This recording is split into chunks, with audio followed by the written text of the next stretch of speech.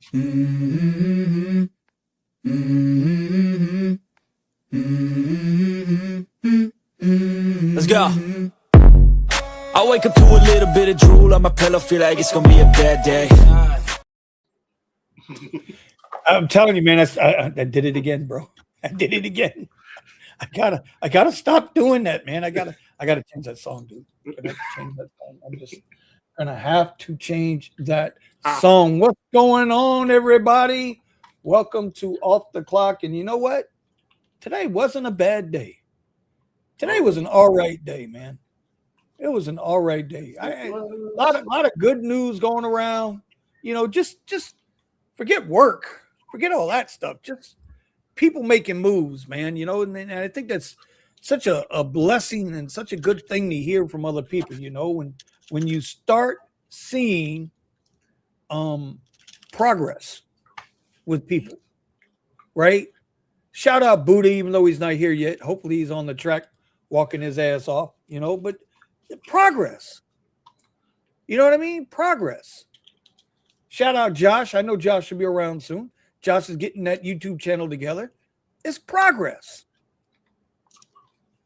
You know what I mean? This week, since Monday, I have been consolidating and just getting rid of shit I don't need. Shit that makes no sense. Things I don't need. And you know what? You come to find out that when you start cleaning out your stuff, all of a sudden you start finding other people could use it. And so you give them the homie discount, or you take care of them, you look out for them, you do some stuff like that. And next thing you know, everybody's happy. It's positive stuff. So shout out to everybody out there getting it done, man. Silver Fox, he just hit me in the head with you know, I can always count on Silver Fox. He said, like floor mats for a Model 3. Bro, they're sitting right there, dude. Who's got a Model 3 that needs floor mats? Let me know. I got some. Because when I went to mail them, he said, oh, no, I already got them. I mean, it was. My bad, it was bro. A couple of months later. It was. I can't lie. But you know, I got a set of brand new. What size tires you got on that car? That's a good question. I don't know if they're the 19s or the 18s. Okay, because I got a set of hubcaps for a Model 3 18-inch rim. And guess what? They're black. They're obsidian. They're obsidian. They're aerodynamic. They're obsidian. They've never been used. Oh, that's right. Because I have the when they started just doing rims instead of having the covers. Right. So I got the covers. Let's put it that way. I got the covers. But it's awesome, man. I'm telling you, bro, today's just, and I didn't do much today. I woke up this morning. I've been going through my little bit of stuff, right? Woke up this morning and you know, got the VIP, you know, got me a little smooch this morning, which was awesome. Smooch. I said kiss, God damn it. Don't go. Get your minds out the gutter. And you know, got her off where she needed to go, came back home, looked at the market, right? The market's been just a little, you know, when it's funny, when you open up the charts this way, vertically, the candles look like they're moving a lot. But as you start going into those time frames, you start saying, hey, you know what? It ain't moving that much. So I pulled off one quick trade for $90, called it a day, man. Called it a day. Shout out Steve from Rideshare Rodeo. You know what? I sent him a link today too. Oh. And then he's got the nerve to come into the chat an hour and a half before the show. It says, oh, first one here. Not even close. But I sent him a link, so I don't want to hear it. True. I sent him a link, so I don't want to hear it, Steve. I sent out the links. I don't want to hear it either. That's it. Shout out Antonio, home slice out of South Florida, doing his thing. Silver Fox, I know if it isn't Vinny and Black Vinny, it's Obsidian Vinny, bro. Quit being a racist, Silver. Quit being a racist. Don't be that way. Don't be that way tonight. Kimo Sabi, what's going on, my friend? How are you tonight? Accounting Tom. I know I sent him the link too, but I know he's hustling, bro. He's hustling. He had a job interview the other day. He's trying to do his thing. Bro, see, this is what I mean. I think Buddha. Positivity. Good news. Buddha seems to be doing the same thing. I mean, he switched up to black, and it seems like he's out there trying to get after it. Well, shit, now you got that $600 he got to goddamn pay every week. You goddamn right. But, you got to be honest, though, bro. It's a little different. It's a little different when you got, them upper platforms available to you. Oh, yeah. Right? He's got, what does he got with the rental? He's got Uber Black available to him now, right?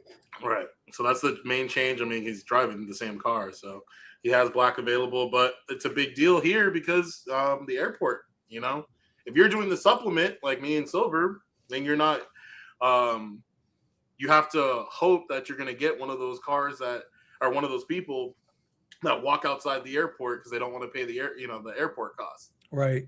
Right. Well, he doesn't have that worry now. Yeah, he doesn't have to have that worry. So he can take, and you just get in the airport as much as you can so that you can pick up. Yeah, I promise like last week he was saying, well, Vinny, I'm taking every ride. I'm not cherry picking no more. Oh yeah, that's right. Mm-hmm. Yeah, $600 a month, $600 a week now. Oh, he's cherry picking with that Uber Black. I promise you, he's cherry picking now. Okay. I came here to hear Buddha sing. I want my money back. What money? Steve, did you get any money? I ain't heard no cha-chinging. I ain't heard a damn cha-ching yet. Lynn, starting trouble. She threatened me last night on Steve's podcast. She threatened me last night. So when I got home with the VIP, we got a little dinner going or whatever, and I sat down and I saw Steve was live. Rideshare Rodeo, y'all. If y'all don't know, y'all need to go check out his channel. He does a lot of in-depth. I still say he's the most in-depth person we got in the rideshare space.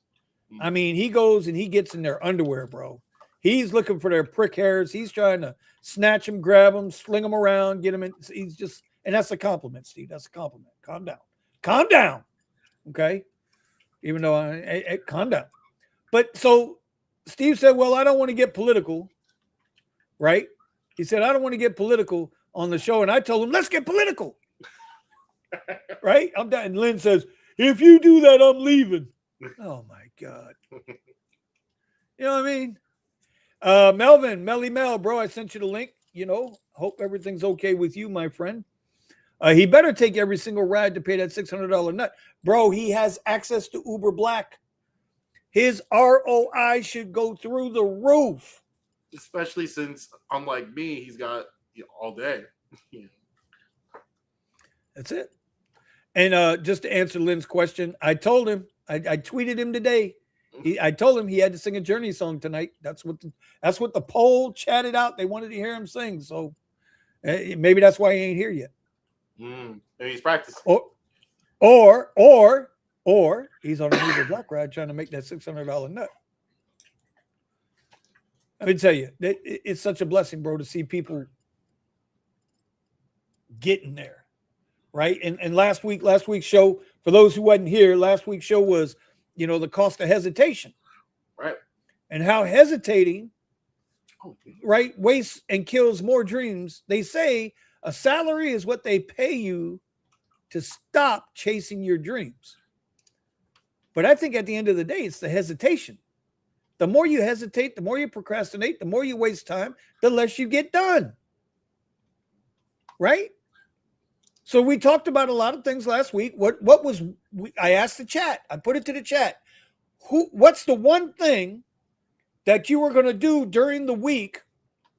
Start one thing, whether it's a little thing or a big thing. Maybe it's a Wilton Manors thing where Omar is tonight, bending over on the pole. I don't know. But I'm just saying, what was the one thing that you were going to start so that when we got here tonight, you'd be able to say, okay, I started this. And it's not like you got to admit it to us. Who the fuck are we? We ain't shit. But you can't lie to yourself. So last week I said, right, publicly, that I was going to start straightening all this mess out, getting all this crap finally put where it needs to be and be more proactive on YouTube. Now, I didn't drop any YouTube. Well, I dropped a YouTube video on Sunday. Sunday from Saturday night, from working Saturday night. What was that, Valentine's Day on the Tesla Rideshare channel. Mm-hmm. That was one thing I did. That was the biggest thing, was getting all of this crap squared away. So now, dear wife. VIP is in the house. VIP is in the house. And listen, I don't want to see no kissing, bro. Vinny says he doesn't want to see no kissing. Not today. Not today. No. No. Here it comes, y'all. Put the women and children to bed. Here we go. HBO After Dark. Oh, there he is. There he is. Slide your head one side, brother. Let's see that. Let's see that off the clock in the background. That's awesome, dude. Looks good on you, bro. You make that look good. You make it look better than I do. Shit. Okay. Oh, shit. Okay. All right. Hold on. Wait a minute. I got stuff here for that. Where's it at? Hold on. Wait. No, call her back. She needs to do it again. What? He's already taking it out. Extra sugar. Yeah. What up, Mike? What up? I don't know. Please, somebody. Just arriving. Anyway, that's okay.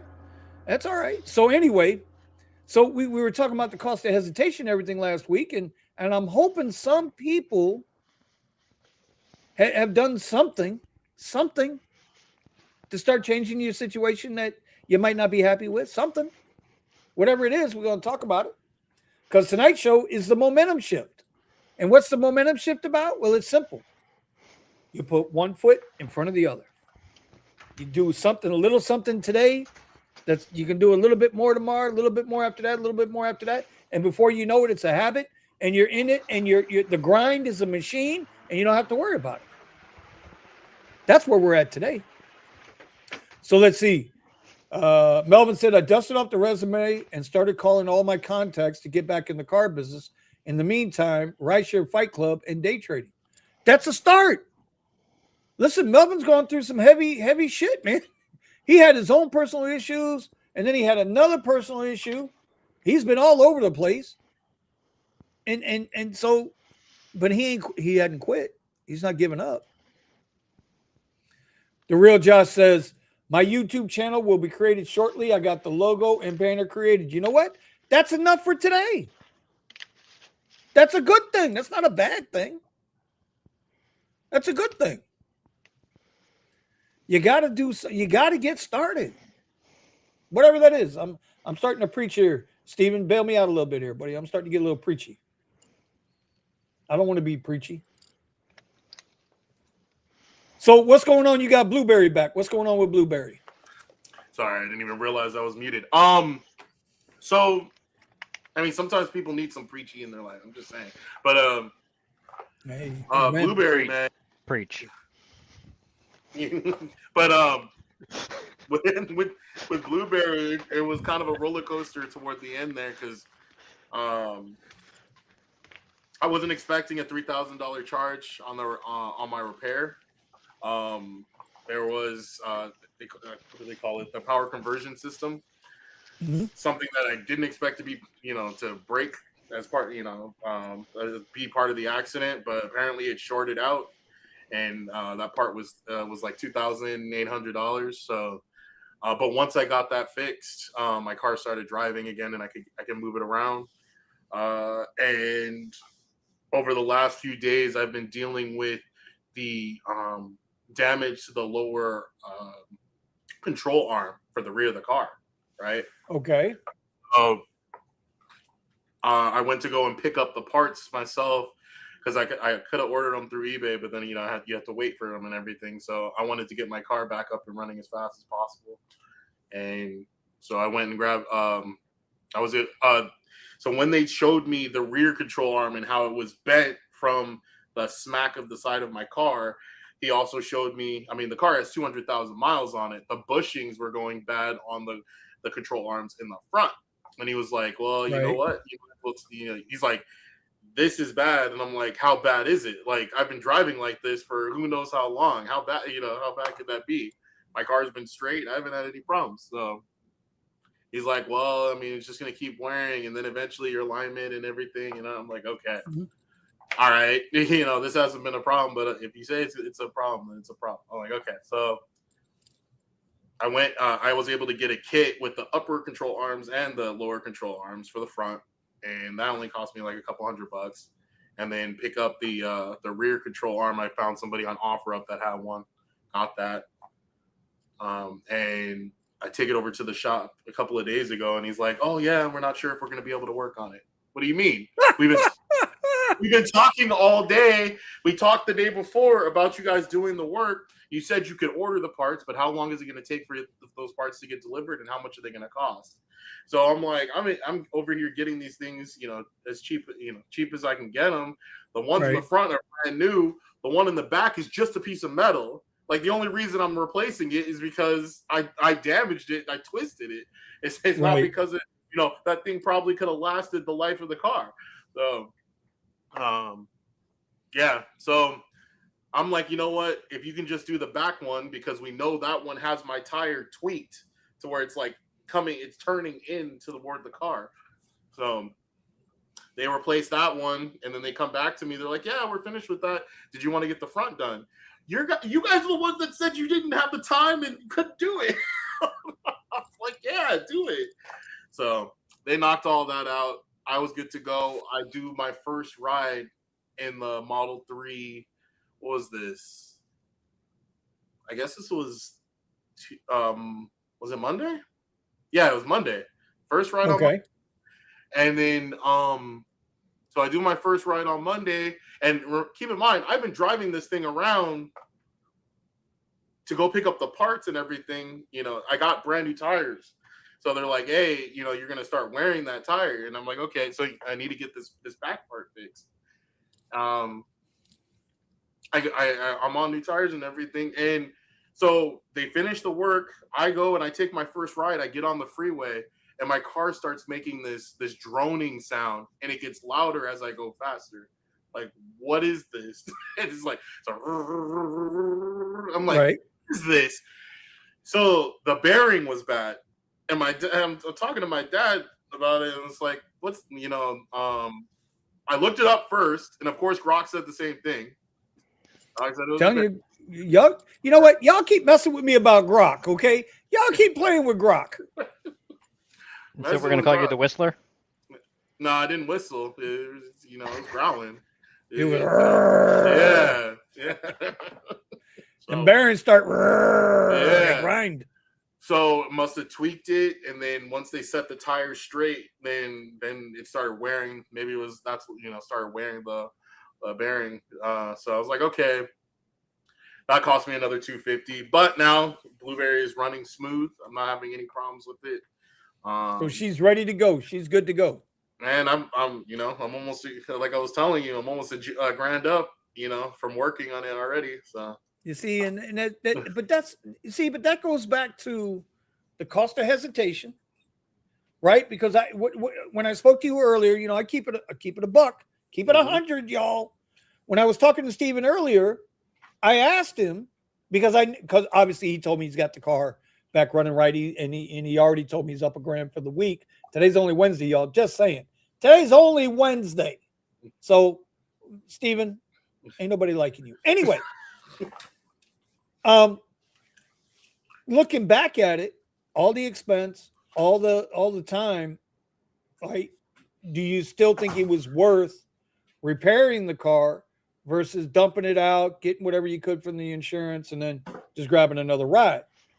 And more than that, more than the end, you can answer that question. We want you to answer that, but it speaks to the power of not hesitating. Like you jumped both feet in and jumped on it. And that to me is more impressive and more worthy of praise. Because how many people would have just sat back and they'd have jumped into the woe is me shit?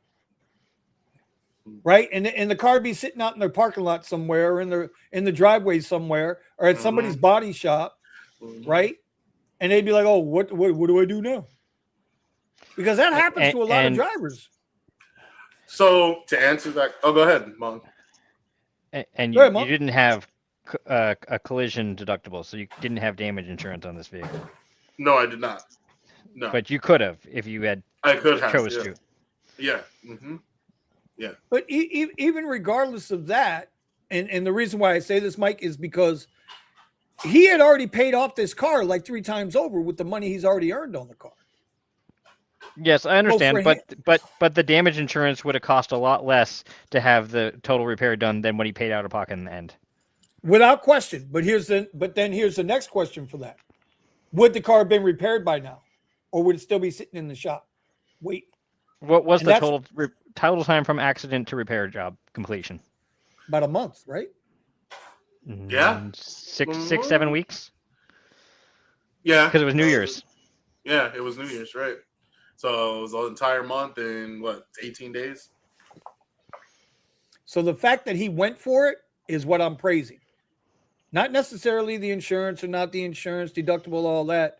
Not necessarily all of that. The fact that he acted. And see, that's the problem that a lot of us have. We don't act. Okay, Mike, let's jump on you for a minute. Not in a negative way, buddy. Trust me, not for a negative way. You drive the big Rivian, right? The SUV. Correct. Okay. But you have a private business that you make deliveries and stuff for to your vendors, right? Or is Yes. that what they're called, your vendors? Uh, And in between your clients. Yeah, I think I'm more the vendor, but yeah. Okay. Well, that's what I mean. Listen, I've been out of business for a while. Calm down there, Junior. Okay. The point is that you use the Rivian to deliver your products, and then you do rides in between, correct? Yes. How long have you had the Rivian? Since and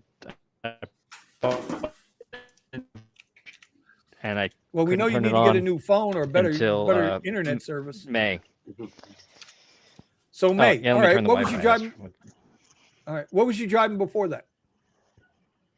Model Y. Okay.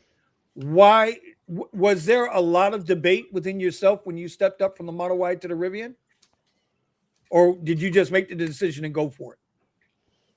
Well, it was obvious that there's not enough dynamic income in my market with a Model Y if I can't get black. Okay. Go ahead. So I had to choose a car that was on the blacklist if I'm going to get more of that dynamic income. Okay. So So my I point couldn't is- get more than at very best $50 an hour, basically 60 Okay. maybe, but mostly just 50 realistically. And then So no matter what it is, it's cut in half because you always have to assume you're going to deadhead once you get to your Right. destination. Correct. So my point is once you made the decision, you didn't hesitate on it. You went for it, right? Oh, of course, with the wife's permission, but yes. And well, hey, listen, buddy, I understand. I like sleep with both my eyes closed too. Okay, I get it. I understand it completely. Okay, Steven don't have that problem. Watch, in about 5 minutes, she's gonna be bringing him a big old casserole plate full of food. He's gonna get another little smooch on live camera, and the rest of us gonna be like, "You son of a." She probably Anyway. jailbroke his PlayStation 5 and said, "It's ready for you, honey." So that's my point, right? So then once we get past the idea of we can't do it,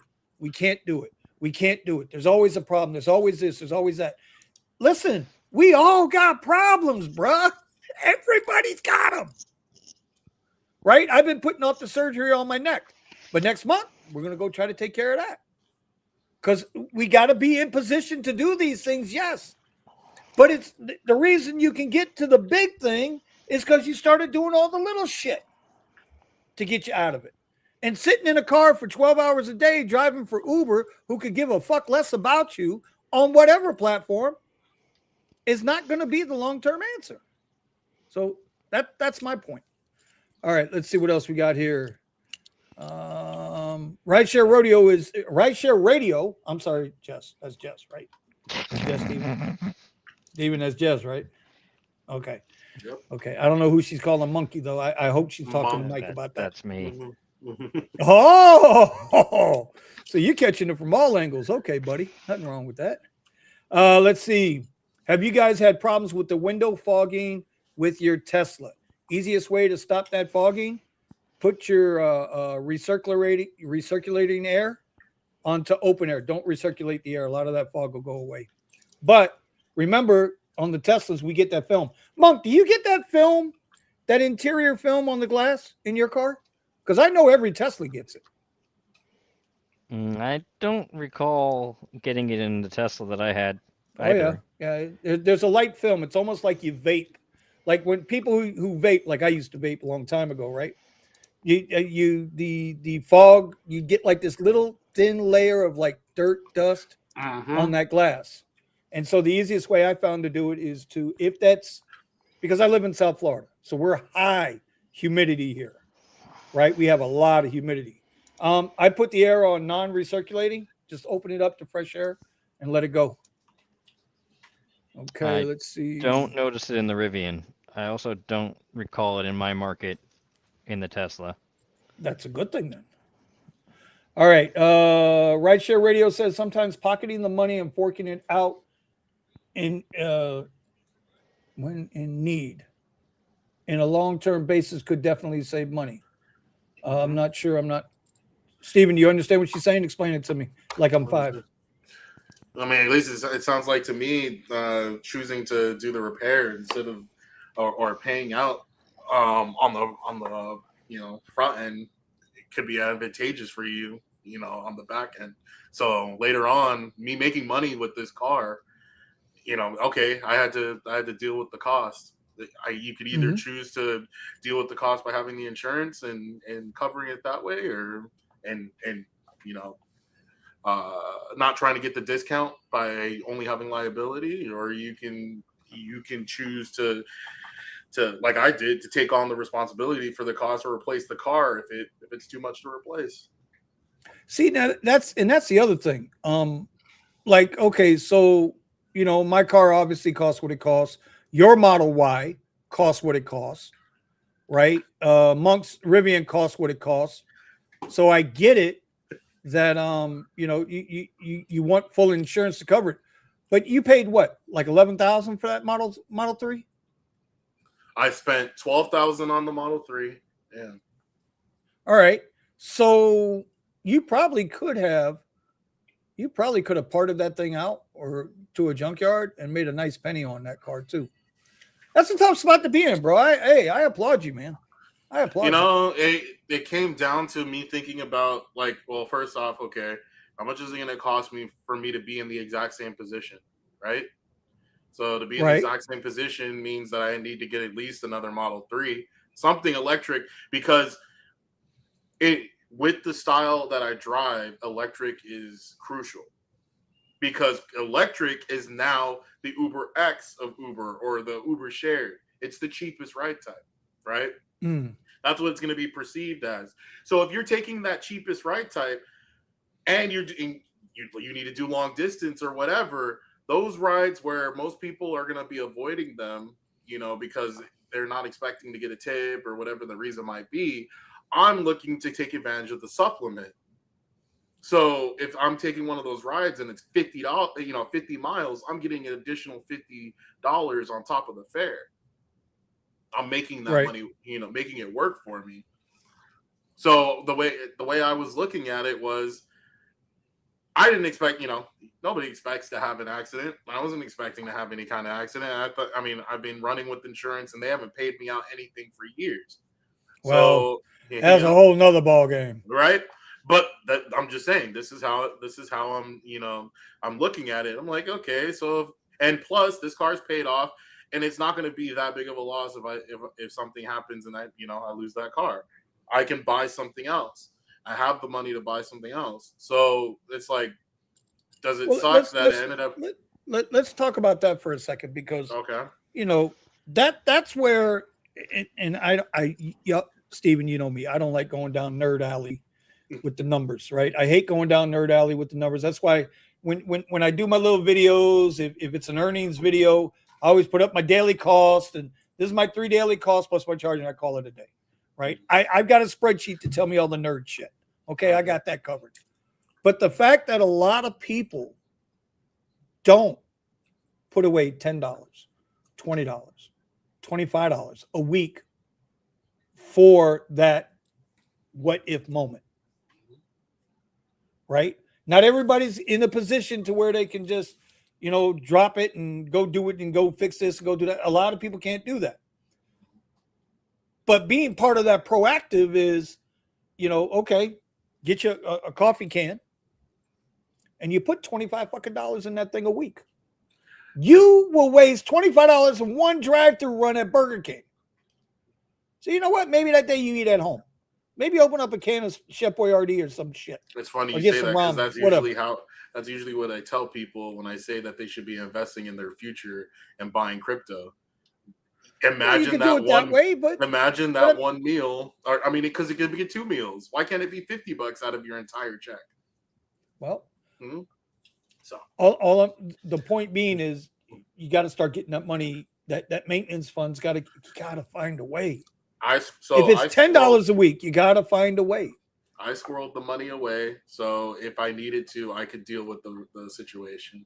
And to add to what you're saying, the emergency, I had, I create my own safety net. That's the whole point. So that's going to bring us into our first question of the night, because I'm coming with the bullshit, so knock it off. All right, first question of the night. Right now that we've killed the hesitation, because we're talking about the hesitation, get rid of it. Who actually made a move this week? Who took one step towards something this week? I want to know in the chat who did it. Who took one step this week? I already explained mine. It sounds like Josh got his logo and banner done. I have no idea where Buddha is. You want to yell at Buddha? Or is Buddha out hustling? He's probably riding around with a passenger. Actually, last I saw, he had it's further into the ride now, but it was 15 miles left, and it was 57 minutes left on that ride, whatever he took. So that's whatever he's doing. He hit traffic. Okay, I'm gonna mess with him because that's what I do. So yeah, he made a move, and then what? Steven, you're out of that car. So anything you make is even more profitable now, since you have even less expenses to go along with it.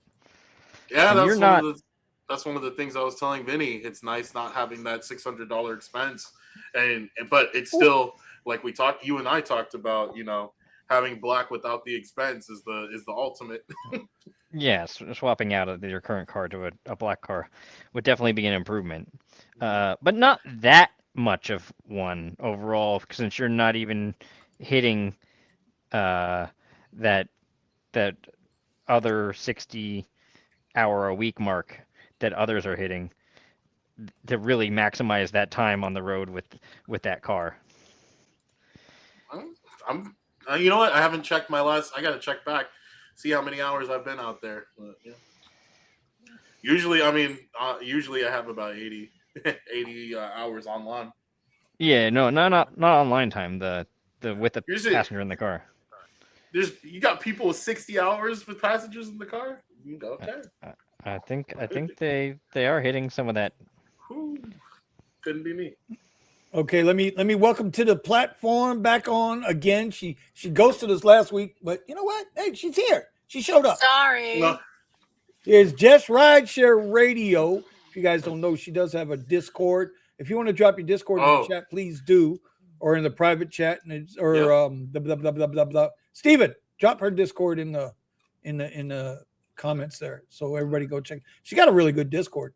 I even pop in there sometimes. Not all. I do like it. It's pretty good.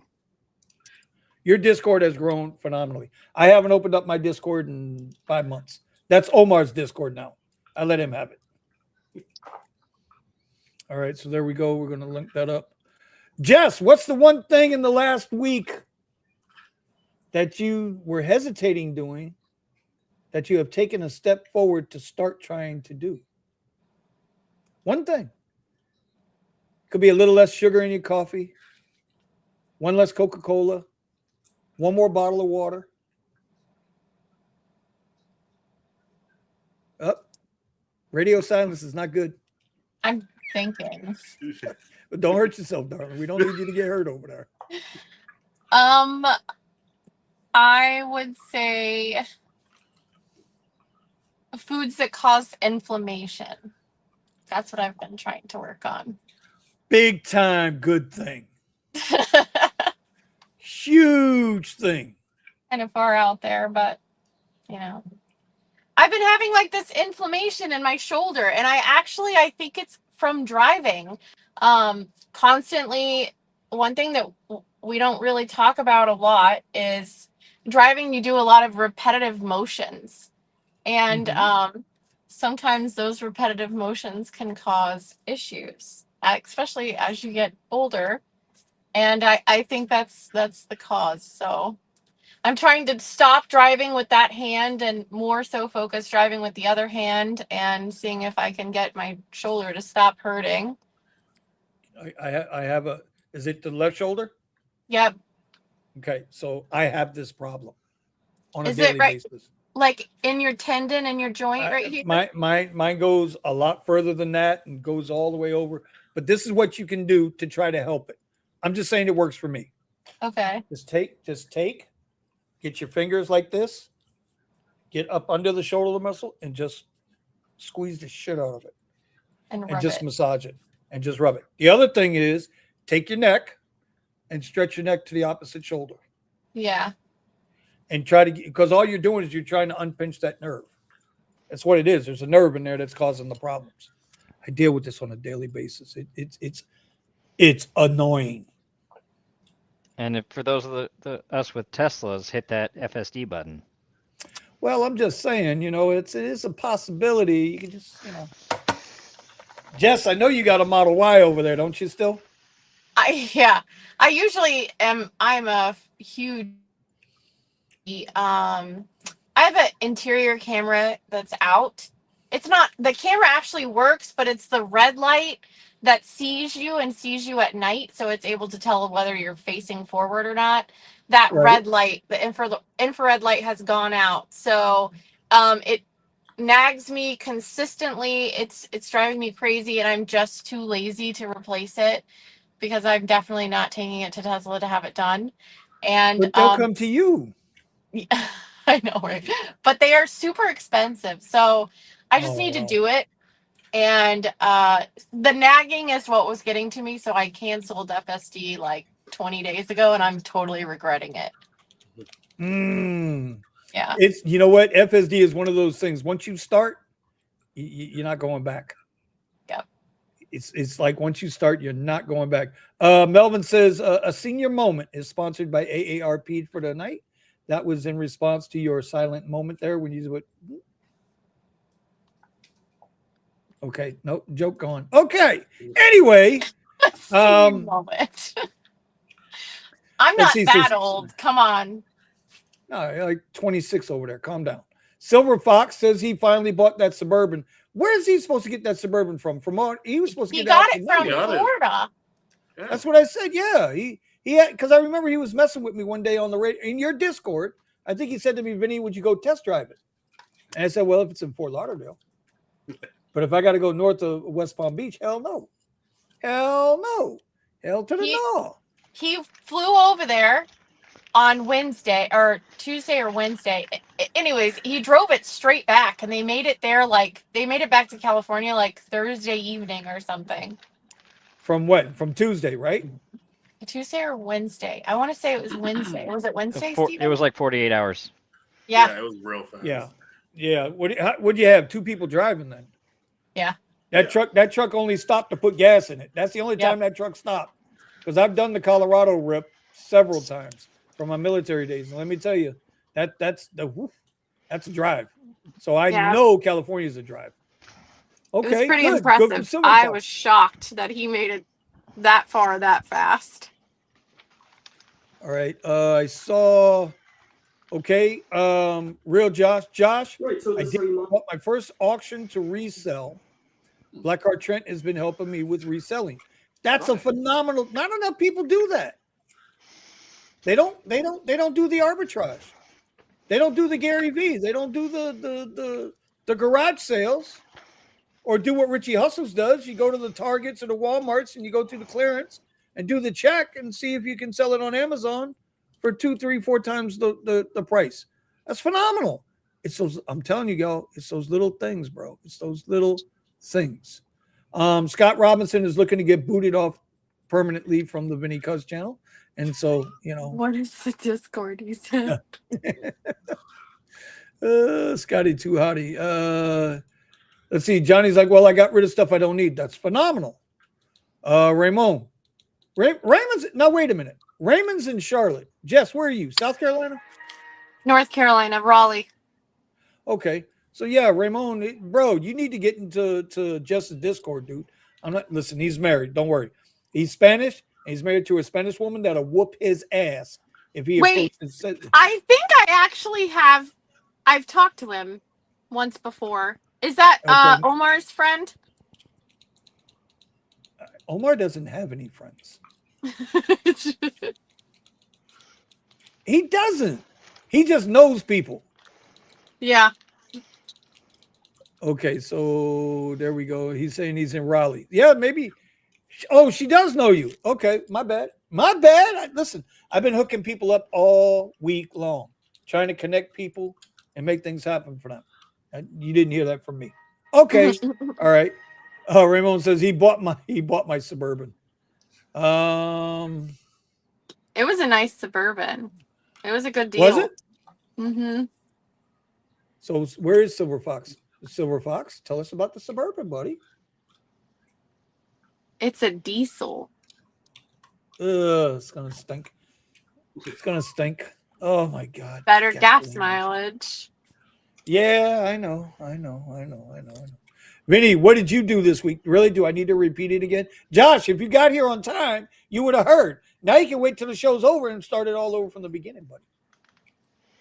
No, I consolidated a lot of my electronics. I'm cleaning up and straightening out and streamlining not only what I do here on YouTube, but also in my trading life. I took 2 computers, condensed it down to 1, sold a computer out to somebody, Pascal, who needed one, got him taken care of, gave him the homie discount. Everybody's happy. So, yeah, that's what I got started this week. And I still got a long way to go. You know what I did, Vinny? What did you do? I bought a 20-yard or rented a 20-yard dumpster, and I just started throwing everything away. No doubt. That's the way to do it, though. Just get and just not thinking about it, right? Just literally, even upstairs, we had the upstairs window open, and my kids were just like having fun throwing it out the window. Now, let me ask you a question, though. Was there stuff there that you could have either donated or sold off? Okay. Driveway? Yes. I'm just asking. We tried. Okay, so we tried. Let me tell you a story. We tried to give a couch away, and I posted it. Nobody would come. It was so crazy. So finally, I put it outside, and I'm like, I don't know. Whoever comes to get it, comes to get it. A lady comes, and she is in a Nissan Altima picking up a couch. She parks in my neighbor's driveway, attempts to take it apart with a screwdriver to get it into her back seat. And she was there for hours. My husband had to go outside, and my older teenager. And me and my husband just kind of looked at each other, and we said, we're not doing this. So, wait a minute. She tried to take the couch apart with a screwdriver. She did. My husband had to actually take the bottom seat cushions of her back seat out, and she took the thing apart and put it all in her back seat in her trunk. It was like a recliner. Who is walking? Okay, I guess so. Okay, that's the kind of things you run into when you start doing things for free. It's just like. It becomes a huge ordeal. Yeah. We were talking about that earlier, huh, Vinny? Yeah, we sure were. It's amazing, It's amazing. Sure. Okay. But you know what? Sometimes that's the way to do it, though, too, Jess, is just throw the shit out. Get rid of it. Yeah. Just be done with it. Don't worry about it. Just go. Even those individuals that teach you how to organize and whatnot, they'll say it themselves. It's like sometimes all this attempts to try to save money or make a little bit of extra money by all this extra junk that you have just filling up your space. And I'm one to talk, but it's like that. But getting rid of that stuff actually makes it easier for you to save or to make the next move that you want to make. That there's a level of mental anguish and I don't know, not depression, but there's a level of mental anguish that comes with being in an environment where you don't feel comfortable, because it's just clutter. Absolutely. I completely agree with that. That's kind of like why I had to just lock in. Nobody knew what I was doing. The VIP had no clue I was getting ready to start tearing shit up and getting shit right. And you know what? Okay, we're good. That's how you got to do it. That's how you got to do it. Buddha, I saw Buddha sneak on the stage. He's on the stage here. Is he walking? I don't know what Buddha's doing. Buddha, where you at, buddy? Buddha? At a casino. Oh. Oh, he's at the Monk, I thought you said he was doing like a 90-mile ride. No, he was on a 15-mile ride that was going to be like an hour. Okay, he's at the fucking casino, bro.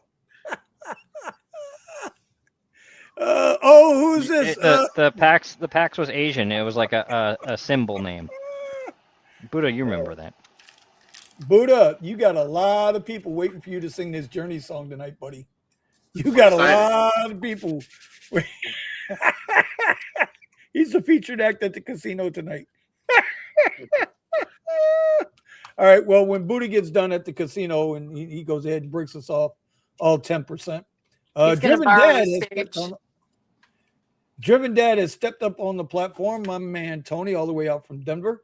The mic is off, so that probably means he might be at the W2. Just got it muted while I'm not talking. Okay, what's going on, Tony? How are you? Doing well. How are you doing? All right. I'm going to ask the question because I got to ask the question because everybody's getting asked the question. All right. What did you get accomplished during the week that you've been hesitating to do? We got a website up. We got buy me a coffee link going for our travel channel. Is that link now live, or are we going to get in trouble? Yeah, it's all live. But look at this, Vinny. I don't know if she's ready for it, but I mean, it's up there. So ready or not, here it is. Okay, so United Dates of America .love. Oh my God, I didn't see the .love thing till just now. Okay, I'm going to post a link in the chat if that's okay for you, Tony. Yeah, that's good.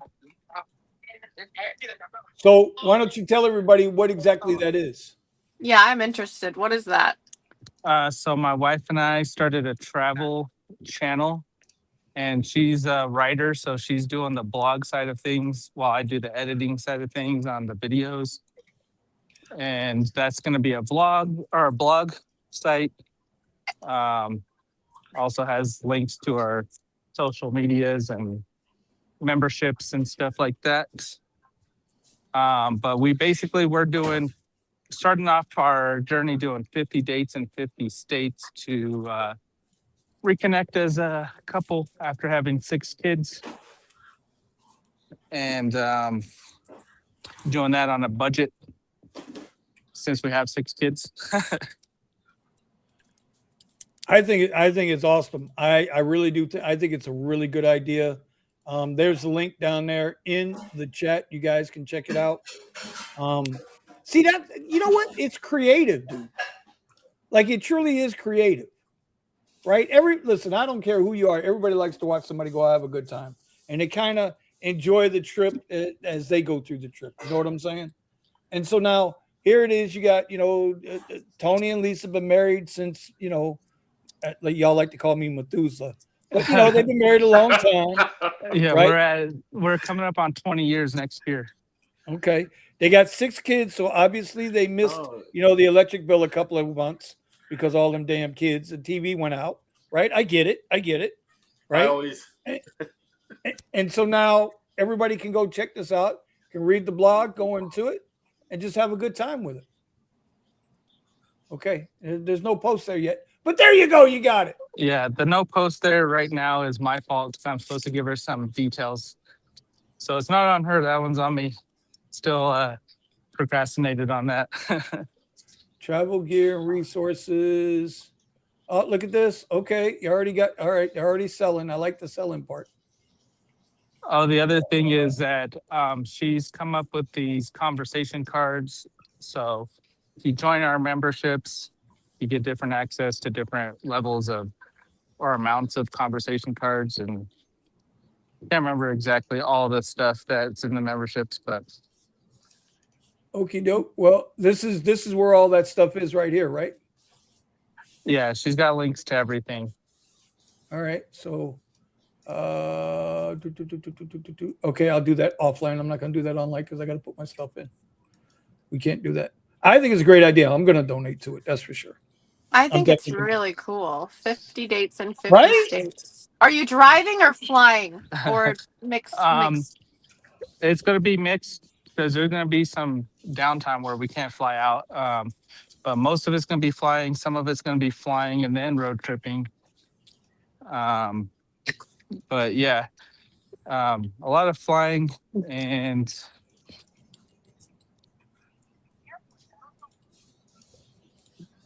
there's going to be some local stuff here in Denver too, where we're going to have a few in between the different. Oh my gosh. You see what Josh said, Tony?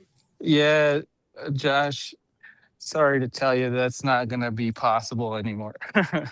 Oh, the Lord works in mysterious ways, sir. Anyway, okay, that's awesome, dude. See, everybody's getting something started, man. This is what I'm talking about. Buddha, did you go warm up your vocal cords? Is he in Vegas? No. Actually, this is where Kyle works at. Oh, that's right. Gig with it. Wearing his Gig with it shirt. I see that. Do they have karaoke in there? No. Do they have a microphone you could borrow? If I don't see 100 likes in this live, we're not singing, bro. No. Share this live with all your friends. Get it to 100 likes. Buddha will sing any Journey song, okay? I've been warming it up on You the heard of throat. Vinny. No Yeah, all homo. right, where's All right, let me change the comment. Hold on. Hold Buddha. on. Hit like and subscribe. Hold on. No, I gotta do it.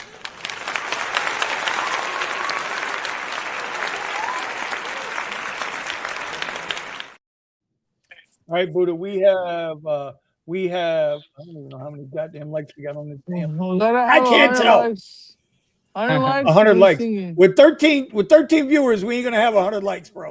no. Share, Where's like, and Richie? share the stream, guys. Like and share the stream. You guys got Twitter. You guys got family. Say the biggest man's gonna sing the stupid song. Okay? Hey, Buddha, I'm at 9,000 steps today. Well, I said I'm at 900 or 9,000 steps today. Damn, son. I'm at like 2.5, 3. Okay. It's all good, man. I'm just letting you know because you're the walking man now. No, is that it? Yeah, Buddha the walking. So Buddha's the walking man. So I was walking with my sister at that trail that I did in my other video, where it was like pain in the ass and kick my ass to walk around it. And Joey or Chewbacca whatever his name is, Chewbacca Thong is his user, right? Joey VTV. Go ahead. And he's like, Buddha, come with me to Manhattan Beach, and there's 1,000 flight of stairs that we can walk. And I'm like, dude, I Whoa. just walked that big ass thing, and I ended up doing it. I have a video of I have a few clips of the video of me walking up the steps and then walking down the steps, and I actually got a lot of energy from it. Like, like screw an energy drink. That got me like, okay, I'm good. Wait a minute. But You went and walked 1,000 steps? 1,000 stairs. That's what I mean. Stairs. I'm Yeah. sorry, 1,000 stairs. Good for you, buddy. It was a pain in my butt, bro. Nah. Oh, I got to do it, bro. Dude, I was Buddha like, maybe. Balboa over here going up the stairs. Da-na-na, That's why I actually made a da-na-na. joke about that when I saw Joey. I was like, dude, I'm not gonna fucking make it halfway. He's like, no, you are gonna make it to where you can. And we made it all the way to the top. That's awesome, bro. And then we made it all the way down. And then that was it. It was really fun. It was something that I would have never done in my life. Like this. Like I would be sitting right there in the car just chilling. I walk around. What a lot of people know. do, bro. A lot of people, do bro. this. A lot of people think that they're healthy because they're skinny. No, bro. That don't mean shit. Like, That don't mean nothing. that don't mean jack shit. No, sir. My cousin is really skinny, right? We call him toothpick, right? And we walked to the liquor store and he couldn't do it halfway. And I was just like thugging around, like, yeah, walking. Looking around. Yeah. Yes, sir. But see now, So, yeah. and you started this. What was it? Now you're into this like about a month now, right? About a month journey, down 17 to 20 pounds, I believe. Yes, sir. Damn. Yes, sir. Good job, man. Good job. Yes, sir. Yes, sir. I think it's phenomenal. That's it right there, man. I could end the show right here and call it a day. All right, but I got a second question. Number 2 is on board. Everybody ready? We're gonna start with Monk and we'll work our way around. Okay, what's harder? What's harder? Pause, Buddha. Calm down. Listen, you lost 17 pounds and you can see it now. Okay, we get it. We get it, bro. We get it. Okay. What's harder, the exhaustion of the 12-hour Uber grind or the regret of knowing you're capable of more? What's harder? What's harder? A The 12-hour unknown or a 12-hour grind? Yep. Regretting the unknown. Not just the unknown, because you That's a can't miss great question for you, Monk. Gary Vee What? says you should That's a always great be worried question about for regret Monk. of not knowing that you could have done more. More or at all? Like, No. are you saying Either- like either staying or. home versus working a 12-hour? Knowing that you could do more. As an example, Buddha just said Joey B got his ass out to Manhattan Beach, right? Now Buddha knew it was going. He told him it's going to be 1,000 stairs there. We're going to go up and down. Buddha's like, no, but he went and did it. But if he wouldn't have gone and doing it, and he'd have just been sitting in that car for 12 hours, would he find that more difficult? Or the regret of not knowing if he could have done it or not walking the stairs? I guess that's what I'm trying to say. I'm not gonna lie, I did feel accomplished, by the way. Sorry. I think it's just when you try with a 12-hour shift on Uber and it doesn't pan out, that's when it's harder. I think the unknown, you don't regret the unknown. I think you regret when you don't have success and you're trying. Okay. All right. I can see that. I can see that. I can I can Every sympathize. Uber trip I I- take is a regret. Damn. But you keep That's doing the it. cold, hard truth. I I can mean, see he that ain't when it's lying. not Hey, paying bro. enough. Yes. Yeah, Hey, well, bro, he ain't lying. You know what I mean? as Technically, soon Oh, I shit. just you got don't go another Reddit month guy. left. I got another month left, and then I'm back in season, and then I'll have to do Uber. When the Uber trip pays you for the whole hour on the one ride and not for 10 minutes of the hour on the ride, it makes a big Mhm. Yeah. difference. And when you're Right. doing 60, 70, 100, $200 rides and you're getting compensated for the entire time of the hour, it makes it a lot better than if you're doing 10, $15 rides and then hoping you fill in the rest of that hour. Okay, so let me refine this question a little bit. If you knowing you could do more, be more, achieve more, what's more difficult? Working a 12-hour shift or regretting the fact that you could have been doing more doing something else? Does that make more sense? Yes. Yes. Yeah, Uh, that's totally different. Yes. Okay, Melvin. What do you think, Melvin? Knowing that you can do more. The regret of knowing you can do more? Absolutely.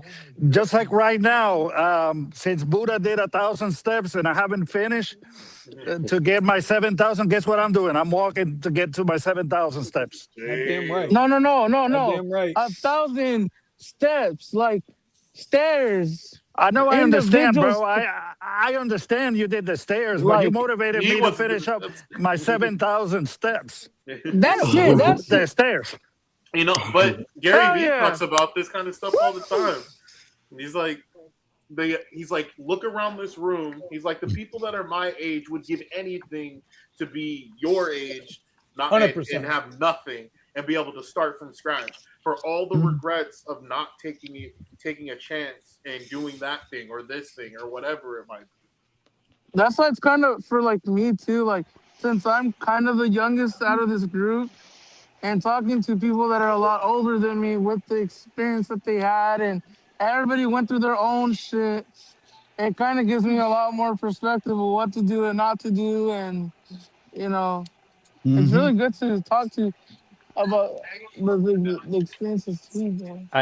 I don't Buddha, find it go ahead. healthy to live in the past or to live in the regret and to dwell on it, to ruminate. So agree. I don't do that because there's nothing that you can do to change history now that it's already passed. You can move what's forward the and hopefully point? make it better for yourself Well, and that's the make whole different point. choices next time. But that's the whole point. But you're But missing the but point, it's though. but it's not a regret to relive it and to go through it again. I'm sure many of you now regret that you didn't buy Bitcoin when it first came out. For Yeah, as but low as it that's was. not what I'm. That's not what. Yeah, but Monk, I- that's not what I'm talking about. I understand. That's not it. Yeah, right. You But can't just control the past. the idea of it being regret is not how I would personally word it for myself Okay. because Well, I'm not how going to. would you personally word it? It's just the idea that you lost opportunity to do something more enjoyable with your time previously. Okay, I get. Yeah. Okay, I can see that. There have been times where, when I'm sitting here and I'm like, you know what, I got it pops up on my calendar.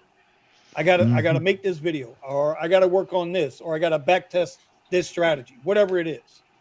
And instead, I'm like, well, you know what, I need to get out here and need to make a little bit of this now money. Let's get out here in the car and go out and try to work. And then no matter where you go, nothing's popping up, right? And so you go out, you make $100, $120, right? You're out there 4, 5, 6 hours, make $120. You come home, you're like, fuck, man, I could have just stayed here and did what I needed to do here. It would have been better. My time would have been better spent. Yes, lost That's opportunity what I'm for what driving. you would have preferred to. look, if they paid you $1,000 during that same period of time, it wasn't something you felt like you lost opportunity. Right. It wasn't a waste of time. Right. Of course. Of course. So, Thomas, Yes, sir. what do you say there, buddy? First of all, The Dark Gable hey, himself, by the way. yeah, I'm telling you, I swear Thomas sits around all week and comes up with these names just for the Wednesday night show. Last week it was Darth Vader's brother. Right. No. Darth Vader's dark brother. Right. Okay. Somebody's got to bring the race card to the damn channel. It's always Thomas. But I love him like a brother, so I ain't. Yeah, nah, it's all the things I've been called over the years. It's Ain't no way somebody called you the Darth Vader. Oh, okay. Yes. Okay, we have officially gone down that road, huh? No, listen, man. Tom's kind of good looking. You know, he's a good looking young man. You know, I'm sure. Right. Anyway, Thomas. Yeah. All right. So I'm gonna. What do you think, bro?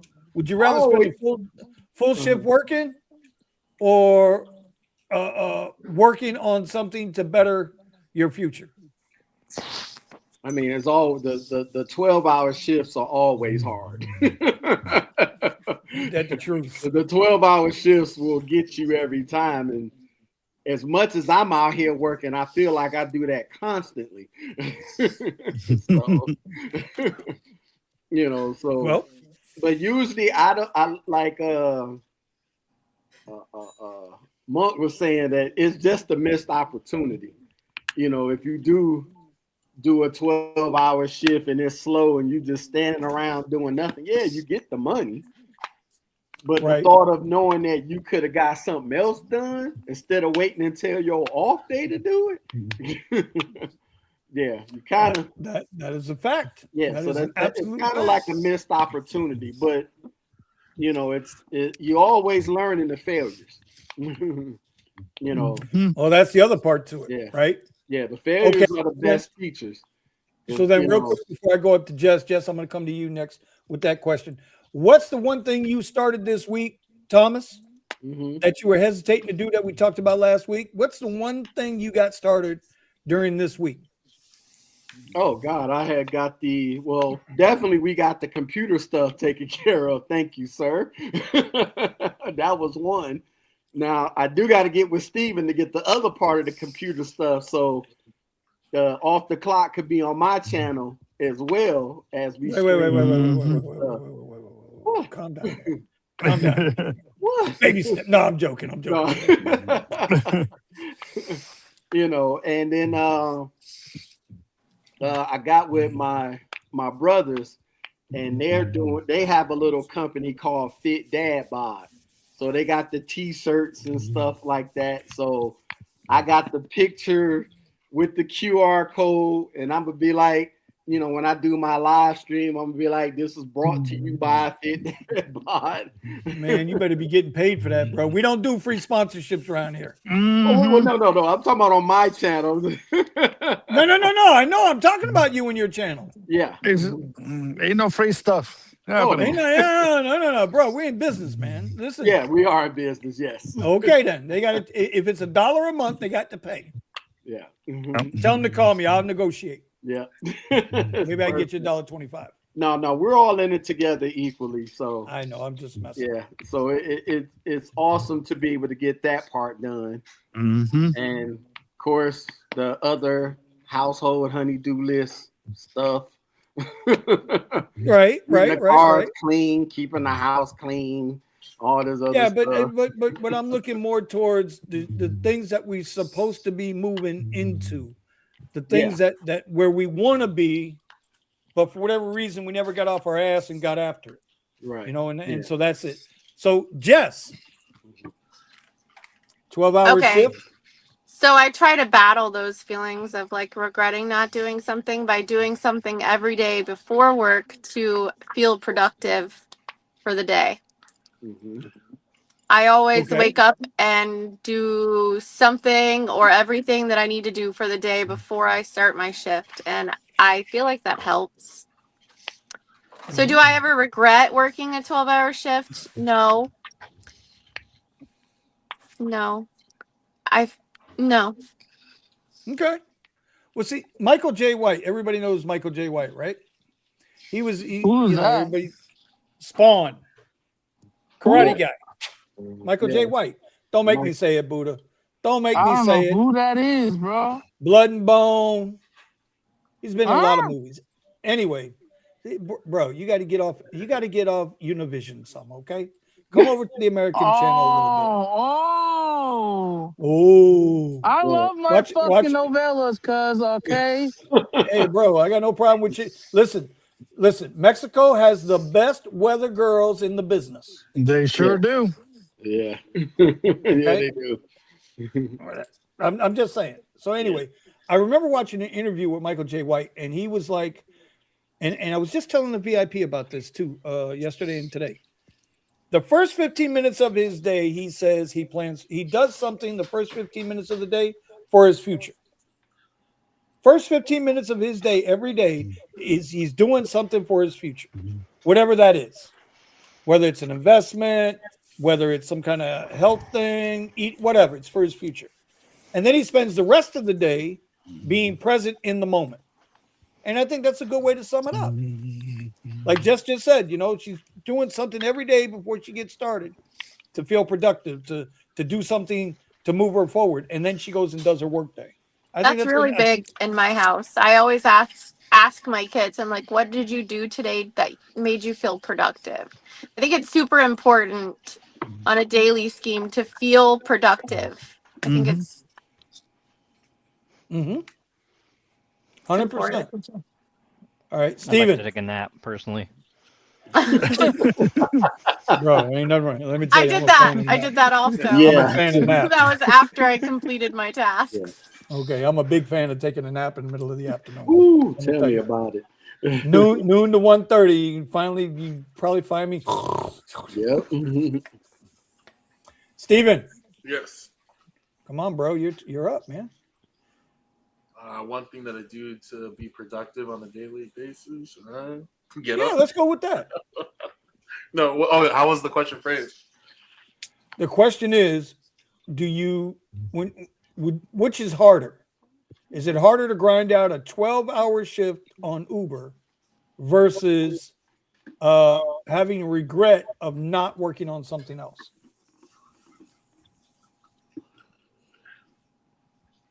I mean, I guess it depends on what it is that you're working on. Like for Fair. me, me spending 12 hours out there means that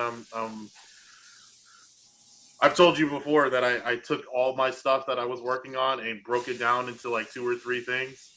Right. And I was talking to my brother about it today so that I can focus and instead of putting a little bit of energy to multiple things, accomplish, 2 or 3 things.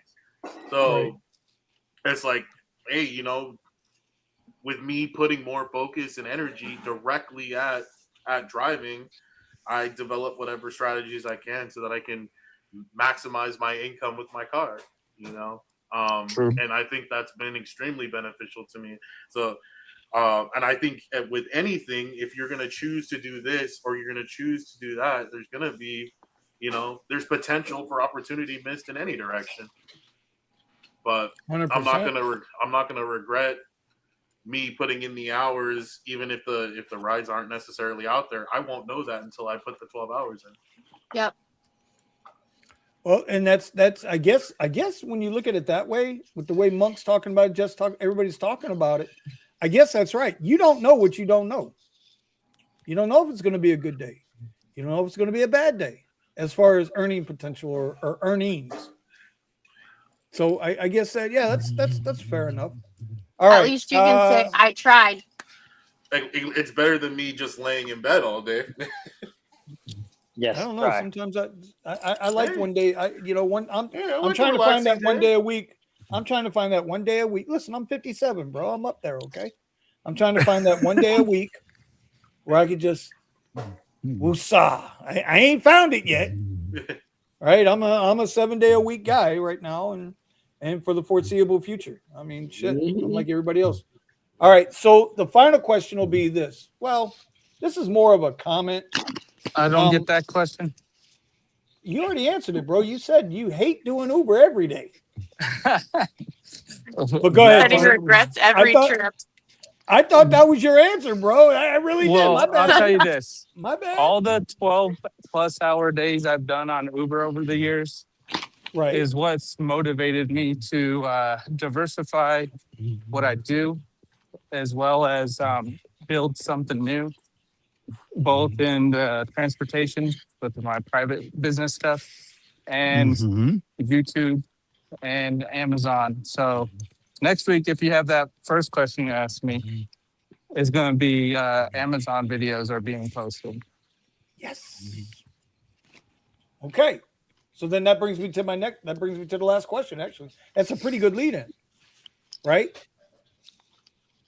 It's hard to get started, but when you get started and then stop, it's like that motivation leaves you. So whatever it is you're starting now, you got to keep going no matter what. No matter what. Momentum is a hell of a thing, man. She is a nasty mistress, right? True. Once you stop, she leaves. She's gone. She's off to the next dude with all the money. It's just the way it is. So I guess the question is, and this isn't really a question you have to answer on the board. Just ask for yourself. Like, what are you going to do tomorrow morning to keep the momentum going? Like Jess says, she asks her kids every day. I think that's a hell of a thing. If you ask your kids, hey, what are you going to do to be productive today? That actually puts you in check to make sure you're doing something to feel productive. Mm-hmm. You know what I mean? It's by asking them, you're holding yourself accountable, I think. Yes. True. So Melvin. Yes, sir. What are we doing tomorrow morning, man, to keep the ball rolling, brother? Just like I wrote earlier, I'm gonna go ahead and get with my contacts. I'm gonna go ahead and get my way back into the car business. Got to do it. You find my way out of. I know, but I had to take care of my health, and that's why like listening to Buddha motivated me. Look, and I'm outside right now getting those. I see you those ain't steps in. Yet. You ain't stopped yet. Now look, don't kiss me, Melvin. Oh my God. I'm outside, bro. There's not enough sunlight. Oh God, I'm nope. Melvin look like he's snitching on an A&E documentary. There's light over here. Oh shit! You just got to get him a voiceover thing, and he gonna be like, "Yeah, back in our day, we." True that. All right. I'm playing with coffee. Let's see it, man. That don't look like coffee, bro. That looks like some other green stuff. But honestly, start out small. Yeah. And work your way up. Oh, okay. The coffee beans. Okay. Yeah. I like that. By the way, Monk, you can put up your coffee link in the chat if you want to, brother. Yeah, Monk. Yeah, I don't mind people putting their links. Did we get the Discord link? I think it's. Steven, were we able to get the Discord link in the chat? I think the logins are blocked because I dropped it a while ago. Okay, yeah. No, I got United Dates. Okay, I got the Discord in there. Okay. Yeah. Monk wants to put his coffee link in there, man. Throw it in there. Two things I got to buy tonight. Okay, so I'm gonna open it up to the board. We're at 10:20. I want to open it up to the board now and to the panel. We can talk about whatever now. I got a quick question based off of that question you said. Okay, fire away. If you've ever, I don't know if anybody's heard of this book, but it's called The Slight Edge. It talks about basically how consistency is what builds that momentum. You can be consistently doing something or consistently procrastinating, but consistency is what's going to cause your direction. Mm-hmm. Hold on now. Is this it? Hold on.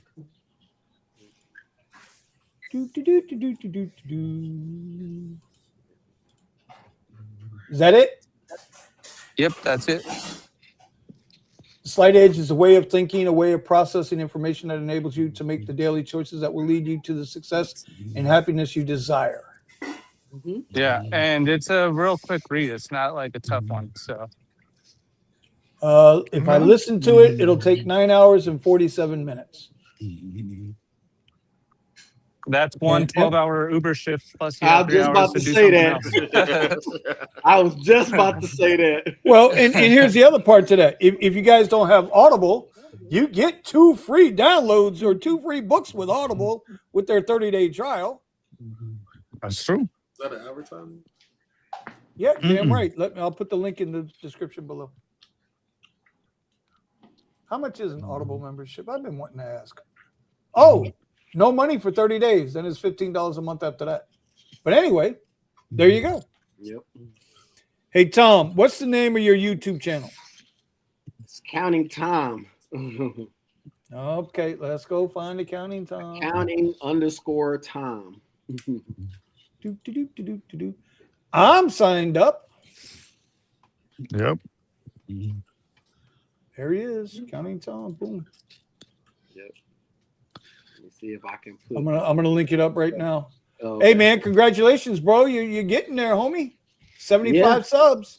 I know. You're gonna blow up. You're gonna. I already got the. I got the 100 picture ready to go. I know you do, brother. For all those wanting to know Tom's channel, there it is. It's in the link. It's in the. It's in the chat. Yep. He's kind of a good-looking dude, man. You know, Thomas ain't a bad-looking dude, bro. I'm average. Bad-looking dude. You can't be saying that while my wife is in hearing distance, dude. You can't. I'm just saying. Listen, tell your wife, chill, bro. I like women. We're good. I'm just saying. You know? No, I'm just saying. She'll just be like, "Oh, so you're." I'm gonna be like Drewski, not me, not me. There you go. Yeah. So what else is going on in the world? All right. My interview got rescheduled for Friday. I did get in contact with my buddy that's a area manager for Domino's. So I'm gonna get started with them probably in the next couple of days. You know, put my my seasonal leave of absence from Pizza Hut. I'm trying to get money as quick as possible. I'm like, dude, y'all paying every 2 weeks? I'm like, this is slow. I'm like, I need money every week. Right. So when you keep hunting these accounting jobs, right? That's what it is you're looking for. Yeah. The accounting job is the main one I'm trying to get because that's going to be the thing that really pays the bills. You know, the pizza stuff is more of what that do. That probably take care of a utility, maybe a cell phone bill. You know, maybe odds and ends for groceries, but you know, I usually do all that at a set time every month. So, okay. Joey B has entered the chat and he has said, "Getting my steps in every day. Buddha definitely lost some weight from the last time I seen him at Coachella. Very motivating. Get your steps in and bounce." Blue hearts in the chat for Buddha. I watch every video. I watch every video. Boy, Buddha was looking like he was gonna fall over, but he kept. Did you not see him in that one? He was huffing, wasn't he? Yeah. He was huffing, but his sister had him going, and I'm like, dude, you got a partner that wanna walk, like she can, you know, because I know my sister dragged me all up and down Tampa if she lived here. Like, dude, my wife would be thinking I'm on drugs. I'd have been under 200. Oh boy. All right, so Melvin. Well, I guess that's all I got for the night. Steven, it's your time to take over the show. I'm busy modding a 3DS right now. There you go. I don't even know what the hell all that shit is, man. What are you talking about? Yeah, you went out driving. You only made a Nintendo 3DS. Yep, Nintendo 3DS. Yes, my daughter had one of those when she was growing up. I got one over here too. Yeah. But, well Steven, I got clients. I got people. People are starting to give me stuff and like, oh, can you hack it for me? Okay. Oh, jailbreak. Yeah, those were the good old days. Is that like legal to do what you're doing, bro? Is that legal? Yes.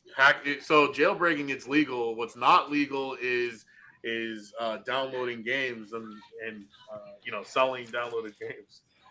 Right. Okay. Steps update. Since I got on the stream, I've moved up to 11,300. Jesus Christ. Bro, y'all don't even want to know what I did today.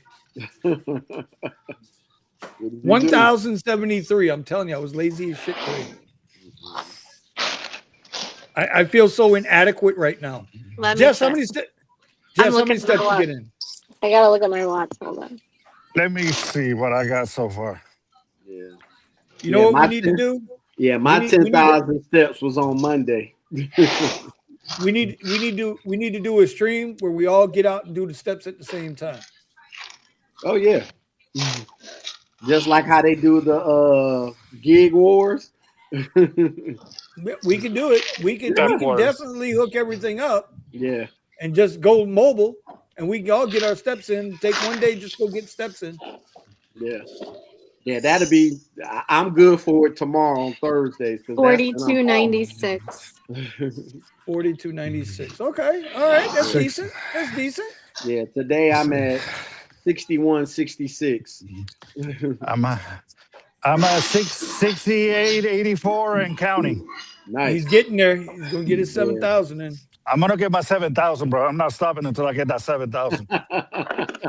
Hey, Monk, how many steps you get in a day? But bro, what are you doing over there? He's still doing coffee. Yeah. Is he doing coffee? Or is he insulating the place? What the hell? Right. It's cold here. Very cold. It's like 50 degrees. I'm about to say, you making a grow house? And yes, I'm doing coffee. Okay. Dark magic. There you go, Thomas. There you There's go. a new name for you. Dark magic. There it is. You know what? Dark magic next time. No, I'm not gonna use that one. I'm gonna use it right now. Okay, you know what? Okay, I gotta hold on. I gotta remember how to do this shit. Hold on. No, y'all go ahead and talk. I gotta do my thing. I'm a little caffeinated. That's my mistake. Yeah, so Buddha, I also went and did my blood work last week too, since Buddha did his. Nice. And I don't have hypertension, which is good. Yep. And the rest of the blood work, I don't have any results yet. So crossing my fingers, I'm not dying. Yep. Buddha was low on vitamin D. Right. Get your ass outside. Oh, shoot. Going out there and get cooked like your boy. I think most of America is probably low on vitamin D. You need to take like 20,000 A lot of units people every day. don't. Yeah, a lot of people. Especially if you work nights. Oh yeah, Yeah. absolutely. You're not feeling any of it. By the way, counting Tom, I added something to my. But little if you name. take vitamin D, make sure it's with K2. Oh yes. I appreciate that. I think this is the lightest side on me right now. Just saying. All right. So I did it. There you go. All right. Let me see if I can do it. 7,019. There you go. Good job, Mel. He was speed walking. Right. I was. No idea with my steps.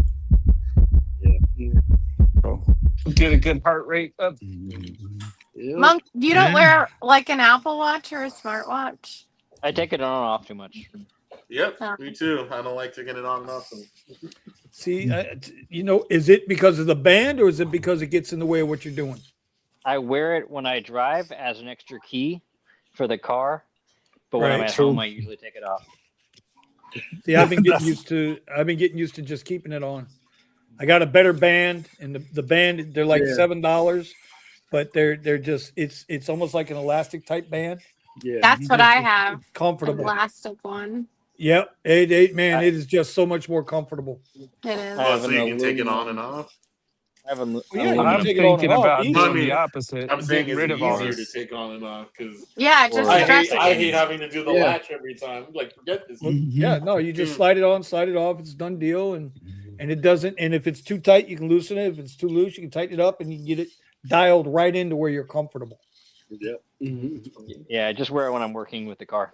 Yeah, I got the regular latch, but my wife had bought me a bunch of bands with different colors and everything, but it's only for the 40 millimeter, not the 44. Oh, well, let me tell you, when I bought these bands off Amazon, they said that it was made for this watch, the 45 mil, right? No. Yeah. So all I did was I just took my pins that were already in on the strap. I just took the pins and just, recycled the pins. That's all. There wasn't nothing wrong with the pins. So there's that. I want to see if we can do that. I want to see if we get everybody together, go just get our steps in. Take one day and just maybe, I'm gonna plan for that. Now, Jeff, Monk, you gonna show up? To time of day? We're all gonna go for a walk. I don't know. We're gonna figure it out, bro. I'm gonna try to put it together. Yeah, it works best for me on Thursday because that's the only day I'm off during the week. Well, it might be at midnight. Who knows? Oh, well, shit. We'll say love. They won't even see me coming. What are you talking about? Oh, my God. Bro, stop. Bro, stop. Okay, stop it. Stop it. All you gotta do is turn on the damn phone. Okay? Next week, Wednesday, Boom. 9 There p.m. you go. Eastern They'll see Standard you coming. Time. Right. For the show, everybody has to walk. Well, listen, we got a little chat group. Ain't nobody been posting in it lately. I don't know what the hell's going on. Why Thomas and Melvin stopped posting in it, but we got a little chat group and just keeping everybody posting their steps in every day. I'm the only guy who was slipping with not posting, but everybody else was doing it, and all of a sudden they stopped. And that's what I mean about accountability. You guys got to hold each other accountable too. Yeah, I can send you a whole accountability. I get the whole week because I only missed a week, but I've been walking, but I missed posting for the week. Well, listen, like I'm going to go right back to Jess's analogy. I'm seriously, by telling her kids, asking her kids to be more productive, it keeps her in check to be more productive. So Thomas, by you putting in your steps, it's going to motivate me. Oh shit! God damn it, he got me again. And then I'll put my steps in. So that's all I'm saying. That's all I'm saying. We got to hold each other accountable. Got to hold each other accountable. All right, Steven, it's your deal, buddy. Your show. Buddha got a Sears picture. I'm done. I'm out. From Easter. You got to make Tom responsible. I'm still doing this hack. Well, this hack ain't hacking, You better get some of that red snow, or that's what I used to do. It from the driver's seat? So what was going on in the middle? I mean, if anybody cares, so the little flash cart and whatnot, it kept reading that the lock button or the lock switch was on. I couldn't figure out why, so what's it called? I wiped off the smaller SD card, and it finally stopped reading it. So, because I'm like, is it the holder? Is it the SD card? What is it? Because you definitely don't want it to be the place where you plug the SD card into the DS. That's a problem. Right. Try and take one of these things apart. Hey, 20 Josh, years old. Hey, Josh, Really? in the comments, shush. Okay. Can you do it from inside the car while you're driving and waiting for a ride? No, I'm waiting for a ride right now. This guy doesn't. What song he you needs to want, do 10. Josh? I got you. Yeah. Agreed. He said if you don't sing, you got to do 10 push-ups. Yep. Down and It's get like 20. saying, put a gun to my 10. face, but also put a gun to my face. Do 20. 10 is nothing. Do 20. Some knee-ups. Yeah, do some knee-ups. Who's singing? Buddha. Oh, Buddha Sinatra. He's going to sing Journey. You know how they measure how much He's got a voice of an angel. weight you lift. Each rep. Just a Rep sweater, is girl. the No, quantity in pounds you're lifting. And Did we get push-ups. That's a 100 lot of likes weight yet? to be pushing around. We did. It hit 100 likes, Buddha. Where's it at? I need proof.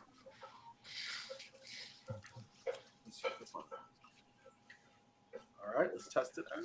Buddha, we got 100 likes. Sing. Yep. Sing. Sing, Buddha. Okay. This is where everybody starts screen recording, damn it. I know everybody's gonna start screen recording, damn it. You damn right. And then we're going to distribute it on 1 million shorts all over every social media platform. Do I have to sing the whole song or just like, you know? You're gonna sing the song right, anime. That's what to do. Sing it right. Sing it right. Sing it right. Let's go, Buddha. Let's go, Buddha. Time's running out. Let's go. Hey, I got my ready? I got my 7,000 in, so you better do it. Okay. Okay.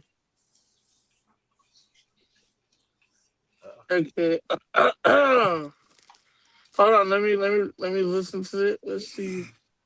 Gotta see your screen.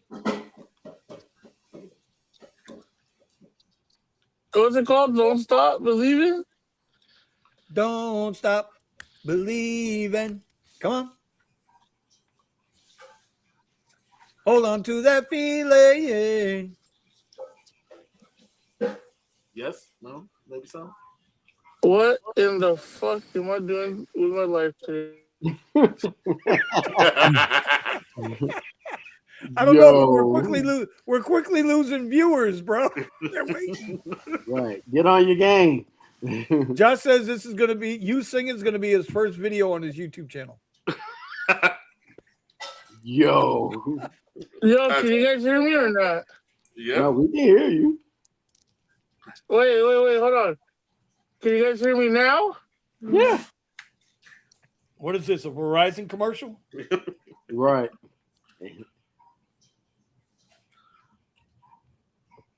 We're anticipating.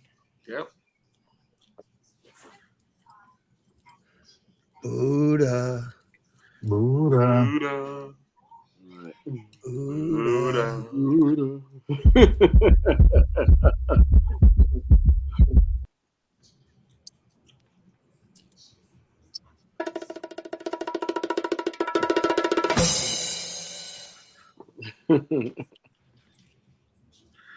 Okay, Buddha's not singing. Buddha's faking it out. It's going to be next Wednesday before he sings. That's what it seems like. Yep.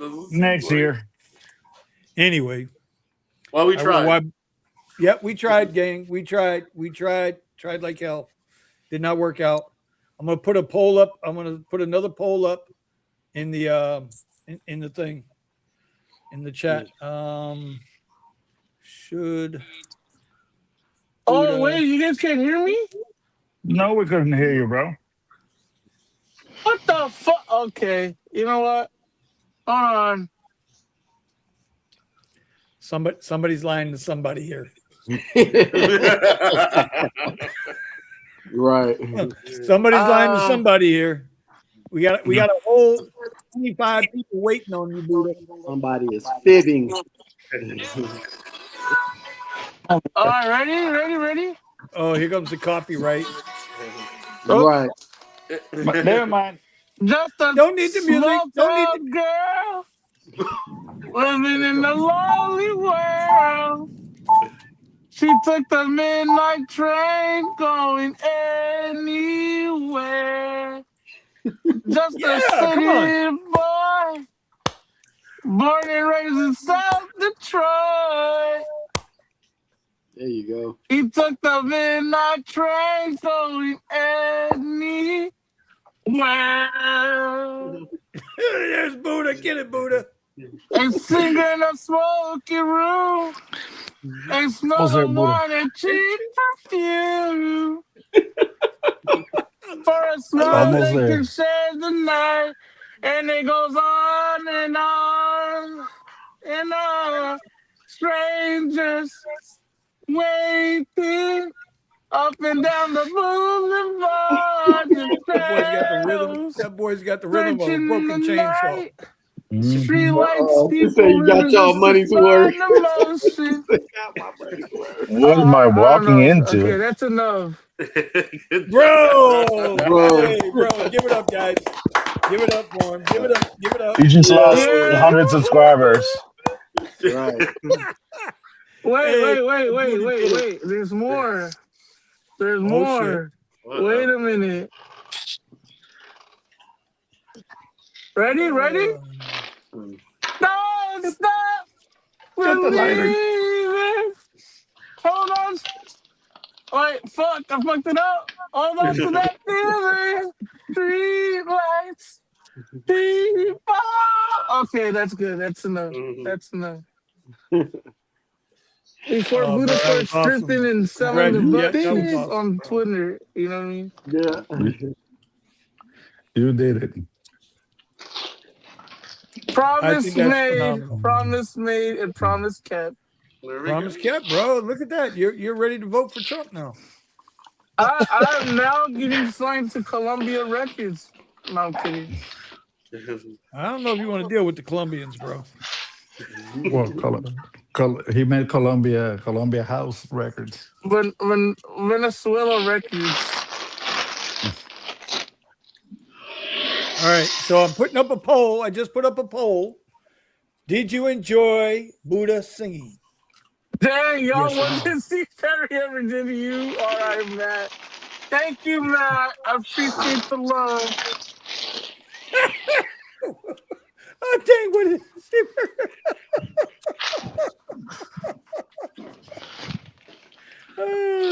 it? Hey, Matt, he said the poll wanted to see him sing last week, and they got what they wanted. They got what they wanted, buddy. Thank God, thank you know, I want to thank God first, right? I want to thank God first, and Matt, where's your Celtics at? Just saying. Did you just pull a Hollywood and thank God first? Mm-hmm. Oh my! You sure did. Can't you see my suit? Damn it! I deserve more than this.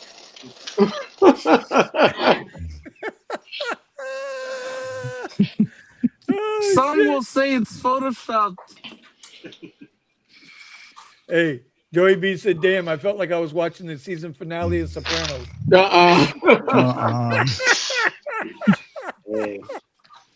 Bro, that was a tough baby ending. powder in that casino bathroom. I'm dead as fuck.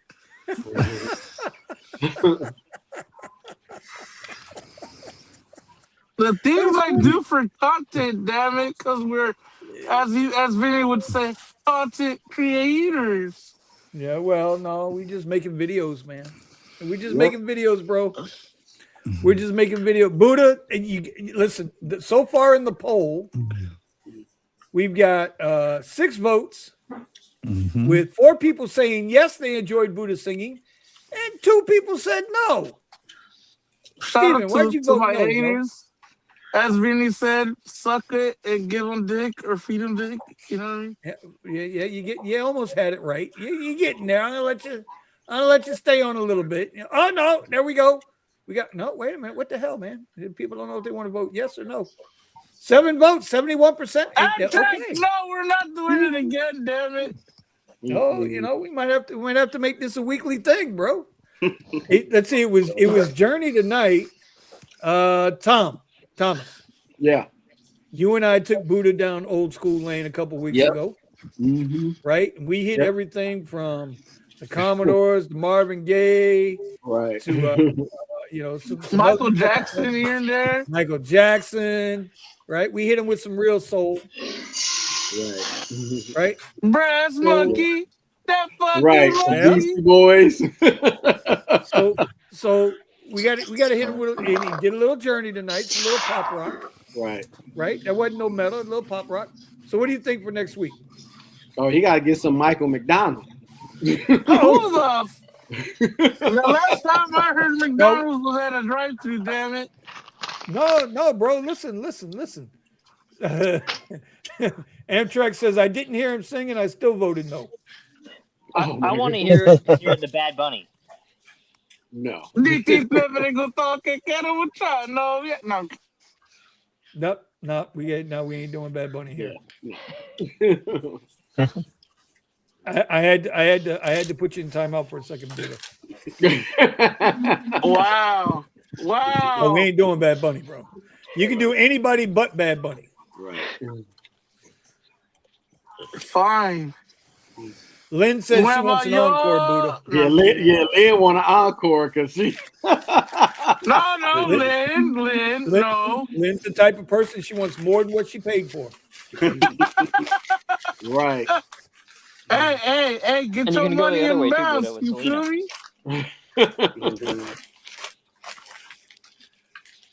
Amtrak says I've been teaching my old clients about rap lately. Okay, that works. Listen, people who introduce you to new music are always the best kind of people. Yep. 100%. I'm with the music thing, bro. Yep. Okay, I got a question. Is anybody still putting water in their car? No. That would be something for I used to, but no, not now. That'd be something for my upper tier drivers. Yeah. That's just Monk, for you still put my water in private the car? passengers. No, Good I don't have job. any privates. Good job. I wouldn't even do it. Can we If I had a Mark private saying he client, I doesn't would have any probably privates? have waters, but I never have private clients. Yeah, because you don't have any privates. Oh, I like the on You demand. damn transformer. No, Actually, I'm kidding. he called him a transformer. What the hell? Jesus. See? Oh my God, he's more Buddha, of an you trying? Optimus Buddha, are Prime. you trying to? Buddha, are you trying to be politically correct?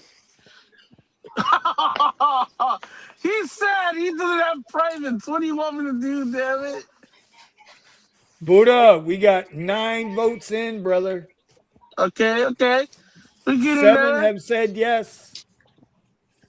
Hi, Mom. 78% enjoyed your singing.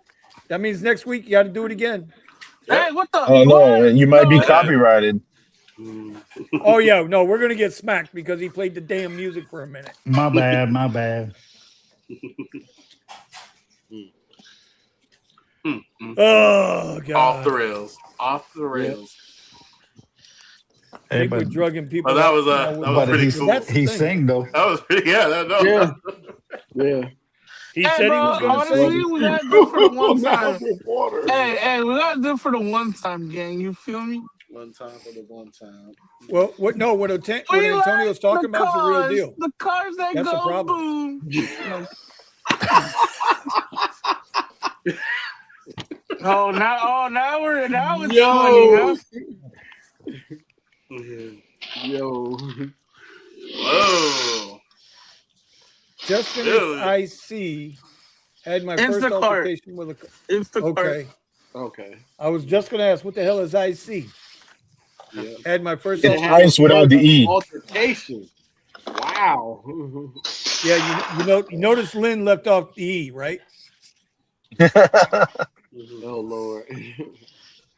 Hey, bro, Lynn low-key look like she got hands, bro. Mm-hmm. She ain't messing around. She ain't scared. She said, "I'll fucking thank you with the milk." Le entro esos chingazos. I'm dead. See, this is why we stay away. Mm-hmm. Okay. Hey, Vinny. So Joey BTV, right, or Chewbacca, right? Okay. Joey B. Yeah. Yeah. We're talking about how I lost 20 pounds, and he says, "How much do you think a gallon of water weighs?" I'm like, "I don't know." And he was like, he said some pounds or something. And he's like, imagine walking all your life with 2 gallons of water, walking, and you just said, you know what, I'm gonna leave this one here now, and you keep walking. Eventually, you're gonna leave your path of water bottles, of gallons of bottles everywhere. So then you look back at it, and you're like, "Damn, that's a lot of weight I left behind." You know what? That's actually a pretty good question. I'm just curious now. Hold on. I mean, I heard the comparison with bowling balls. Oh, that too. And Vinny loves to play with his bowling balls. He's a good bowler. Oh boy. Jesus. Oh my God, he's a bowler. Jeez. Oh my God. I know he's a bowler. Bro, I can't help stop you. it. Come on. Come on, Buddha. I got 300 rings for days here, man. For days. Vinny, don't show me something that you can buy at the trophy shop, damn it. He had the trophy. He was running the trophy shop. Exactly. Yeah, but that's true too. That's true too. Exactly. Vinny, No, I never had a trophy shop. Trophies had big money. Let me tell you something. Trophy business at one time was a big business. Yeah. I know people in the trophy business. They made in the 80s and 90s, it was crazy. 2000s too, bro. It's all these and in the 2000s, everybody gets a participation trophy. Yeah, the participation. Oh shit, that business really went up. Yeah. Hey Vinny, sir. In the business that you were doing, how did you get into it? How did you get into that business of the trade shows thing? Oh, that was a pretty interesting thing. Yeah, well, Buddha saw some pictures. So, my dad. Really? My dad was in the trade. He was part of that union. He actually worked for one of the contractors first, a company called Freeman Decorating. They're the largest global contractor privately held in the world. Big company, bro. Huge. They're out there by you, Buddha. They're everywhere, bro. They are everywhere. And he used to work for them, and he would, but he also joined the union that supplied all the labor and the work. And so when I came home from service, my dad said, "Listen, I ain't gonna pull no strings for you. I'm not gonna help you, but here's the number. Go to the union hall and sign up. Go join. Go sign up. Start working as what they call a B journeyman." And start learning the trade. And I don't want to see you on the job. I'm not going to help you. There's going to be none of that nepotism shit. And true to his word, he made me learn the trade from the ground floor up. He made me learn everything. And I was Vinny Jr. I was Vinny Jr. and that's the way it was. And after a few years, I really, really ran with it, took to it, and eventually got into the air, into the rigging, and working in the ceilings and hanging all the truss and lights and aisle signs and banners and exhibit signage and running machines. And then I went to school, Marshall University. They put me through school, finished off my college degree, and there you were. College degree 21 in what, years. Mr. Vinny? Adult education. Adult education. Yeah, I'm a teacher. What? Mm-hmm. What? Yeah, I got a degree in adult education. Yeah. Vinny, also was certified. I was also certified, bro. I was certified in OSHA 500, which is general industry, 501 building trades. I could literally put on the class. Well, I did. I put on the classes and issued OSHA 8-hour courses, 32-hour courses. Oh yeah, a lot of stuff, Buddha. Yeah. Scaffolding, ergonomics, respiratory, welding. You're the type of person. I did it. You're the type of person that. Well, see. You proved my point of how these companies may see us as just a number or a dot in the code, but each driver has their own personal thing to them. As in, you had education in the trading business. Everybody has their thing, right? And the thing, so. I was talking to another driver that I got from, literally, it was like a 10-minute ride. And kind of find out that this guy used to work for the ships on the, what do you call it? The container ships. Okay, he was a longshoreman. Yeah. and he said that he has so much experience in that, but something happened where they laid a lot of people off. But he Yep. says he could run machines like it's the back of his mind. Like Yep. he So knows it you in got and out. I'm like, damn.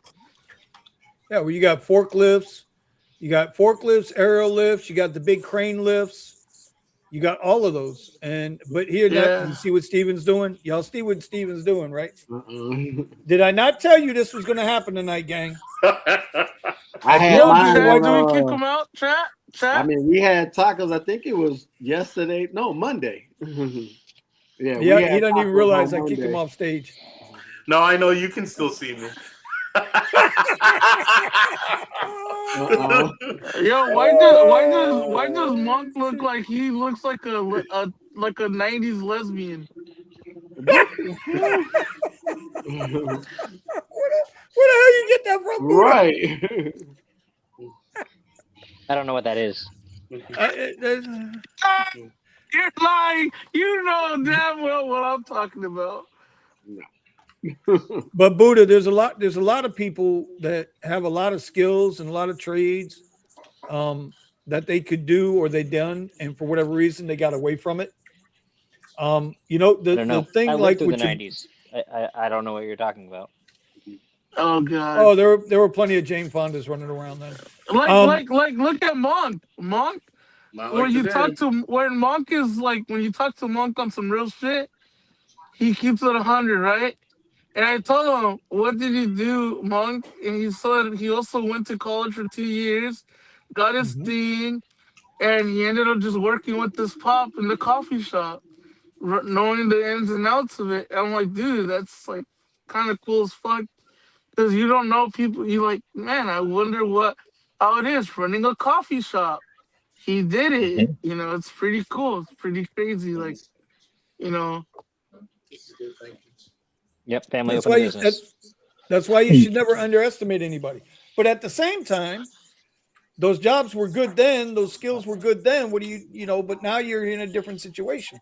So, like your buddy that used to work at the longshoreman, there are whole shipping docks in China that don't have anybody working them. They're all robots. They're all what's the right word to put it up? Yeah, they're mechanical robots. They're autonomous robots.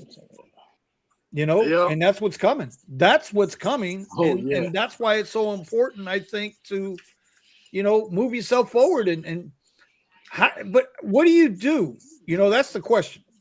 It's like if you're going to learn a new skill today, what's the new skill you're going to learn? Like, go ahead. No, go ahead, Buddha. No, it's sorry to cut you off. It's because, so as you guys may know, I'm working on Steven's website, right?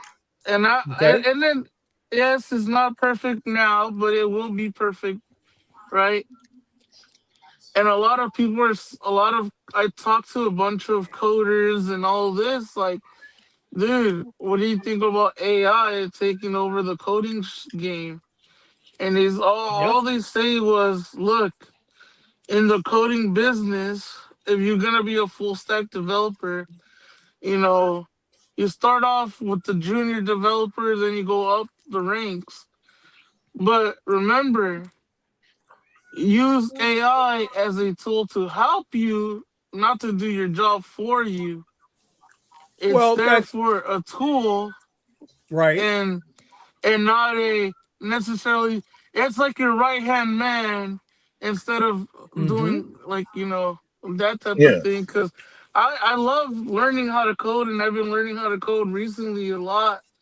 And the people that are in the field, texting them on Instagram and stuff, and they're like, dude, you could use AI to help you with certain things, and then you give it the ideas and you learn how to code and fix the problems on yourself.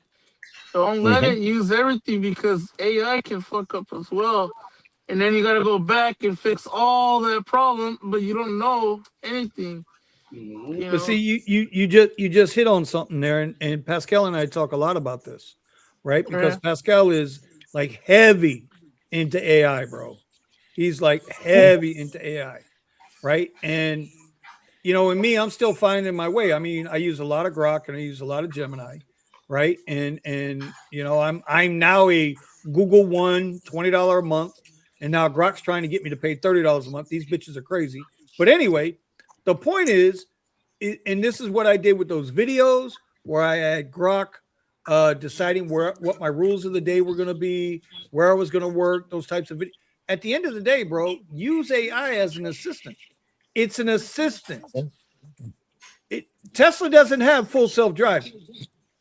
Tesla has driving assistance. Words matter, context matters. So if you can use the AI, Pascal, you're doing something there at the house where you just upload it into a new computer to automate stuff. Tell us what you're doing over there. I mean, I'm doing a lot of stuff. Basically, I'm building a machine that's gonna give me AI agents to do repetitive tasks in my business and my daily life that I won't have to do manually. Like some of the stuff could just be like going through daily reports and flagging important things that I normally would have to go through manually, and then just now I'll just be notified if there's really something important that I need to pay attention to. It's all about being more efficient. Today, I was also working on something for, filing state tax returns for, you got to do that monthly. And it's all repetitive when you have like automated reports and stuff. I was just talking to our accountant today, and I mean, they've been doing their stuff their own way for years, but in the 30-minute conversation I had with them, I saw everything that could be automated, and I wouldn't even need them, for that specific task. And as soon as I'm done, what's crazy? What's crazy? What you just said. So there's a guy on YouTube where, some lawyers, depending on the lawyer, they charge you a consulting fee, right? Mm-hmm. And so what he said was, I would just ask ChatGPT the same type of questions, right, that I would ask a lawyer with consulting fees. And I said, okay, I got ChatGPT's answer. Let me ask, my usual lawyer guy for consulting fee. And almost said something almost like 95% of what AI told him already. And he's like, you know what? That'll be the last time I ever spend money on a consulting fee, because AI has already read all the lawyer books and all the new laws that are coming in. They wanted crazy. to stop certain books from being posted, especially law books, from being posted online for that very reason. If you have, I don't know if you guys seen like companies like Anthropics, which is behind Claude, and then this is the one I saw. I have actual like warehouses with millions of books, and they're just scanning everything. It's insane. They're just scanning every book that exists in order to put this into their data set. Yeah. There's been points in Uber when I'm doing Uber and I pick up a guy who's really into, religious, right? He's a very religious guy. And he was talking to me about the Bible or whatever, right? So I said, oh, talk to AI about it. And he's like, yeah, I use the Meta AI, but it's not really that good. So I told him, look at my ChatGPT. Tell her whatever you want to say. And it got to the point where they were having a full-blown religious talk in the car for 15 minutes. And he was like, damn, that girl is really good. What AI is that? Because she's answered, it was a full-on conversation. And I'm like, it's kind of crazy how it could read books like that and all the books and give you information on it and stuff. at your fingertips too, which is crazy. I You don't know, think people realize the power of AI, man. No, they don't. right. I Like mean, something like so. I think Vinny said this a while back. It's not about using AI. It's about using AI as a prompt. If you can prompt and learn how to prompt an AI, bro, you can make it do whatever the fuck you want within reason, obviously. right. But As yeah, long I read something yesterday that was that that was pretty profound. It's just like you gotta use AI to learn AI. Like you take advantage of it to learn it how to work it, and it's the same thing as like you don't know what you don't know, but like on the opposite end. I'm so big into LLMs and shit. It's crazy.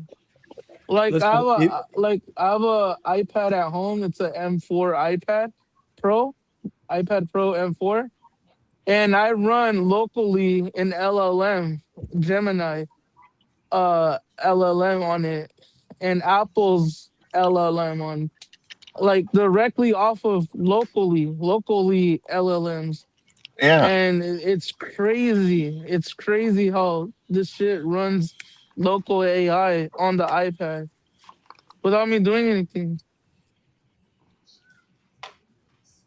I you know, use. there's a Go ahead, Pascal. no, no, there's a lot to learn. Like the more you get into this topic, I find that I gotta pace myself because it you go down like a rabbit hole and you want to learn more and more, but like other stuff is still happening at the same time, and we only have so much time during the day. But Yes, Doesn't they I sir. did. say don't they say that technology is advancing way faster than our eyes or something? Well, that's just it. Technology, the Yeah. speed of technology now is Yeah. probably 10x faster than it was a year ago, and Yeah. 100x faster than what it was 5 years ago. Years ago. Yep. Mhm. You know, when you think about it, AI, Gemini. Well, how long has Grok been around right now? Mhm. Well, like How two long has Grok been years, around? Is it 2 years or is it a about year? about a year. Yeah. like a year or two. And now that Grok AI is in my car, on my phone, in my computer, and I can sit there and I've had tons and tons of conversations with Grok, mostly good, a couple of them bad. Gemini, Mhm. Gemini has things called gems where you give it a set of instructions, and so when you click on it and you open up that gem, that's your focus. So now like I use one for trading, right? And every morning when I trade, it's a simple set of rules that I have, and it's similar to Grok in the car. Simple set of rules that I have, and I paste in my whatever my broker statement is, my P&L statement. I paste that in. It sees that. It knows where we're at. Right. I have a $250 max loss on the day. If I lose on two trades in a row, 30-minute timeout. They're rules. And Gemini helps keep me in those rules. It reminds me of those rules.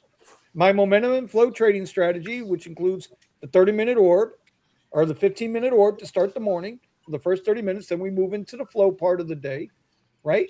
It's AI is an assistant. That's like, okay, so we know Richie Hustle's here. He's getting ready to take a big trip on Friday. And I suggested to him, because he's going to drive all the way to Boston, right? Because he got a family thing. He's Right. going to Boston. And I said to him, I said, bro, do you so favorite spending $99 with the FSD? Because he's going to drive he's got two Teslas. I said, get the FSD. Let it help you. No, I'll be all right. I'll be all right. Okay. You got to let the technology help you. Don't let it take Right. over. Right. But let it help you. You got to let it help you, bro. Buddha, you're learning to code through AI. Well, just Yep. let me Well, ask you a question. You know what? Hey, let me see if this will answer. I go don't know if ahead. you guys will be able to hear this or not. Hold on a minute. Hey, Grok, can you hear me? Can you guys hear that or not? No.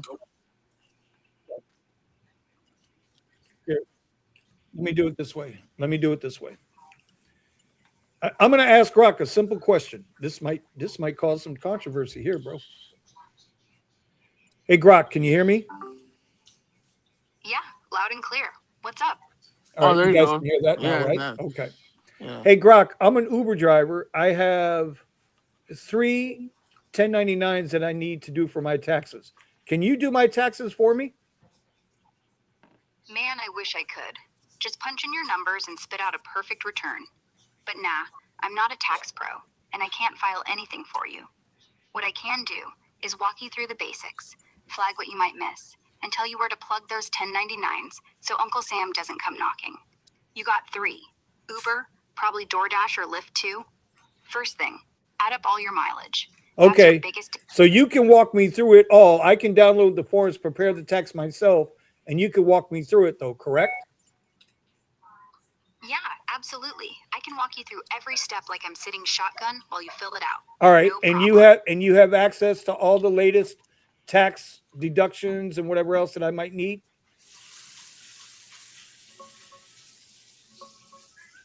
Yeah, checking the freshest IRS stuff right now. Bro, she just took Thomas's job. Right. In a blink of an eye. In a blink of an eye, huh? And I say that not disrespectfully. No. But she just told me. She just just told me I can knock H&R Block off my list. I don't need H&R Block to do my taxes. And when I tell you, I set up last week OBS, right?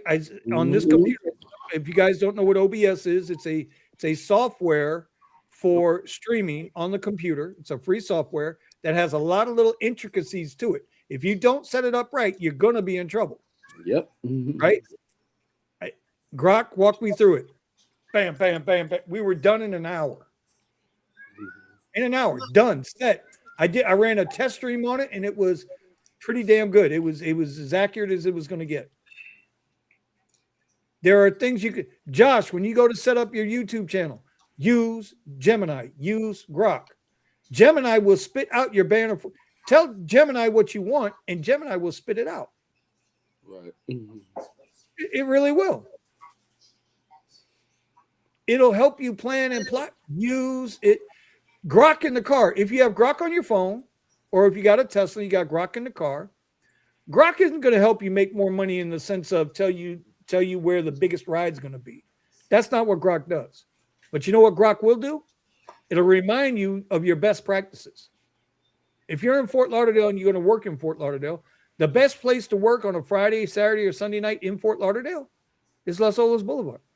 And the beach. Go to Las Olas, go to the beach. And you'll stay busy all day, all night.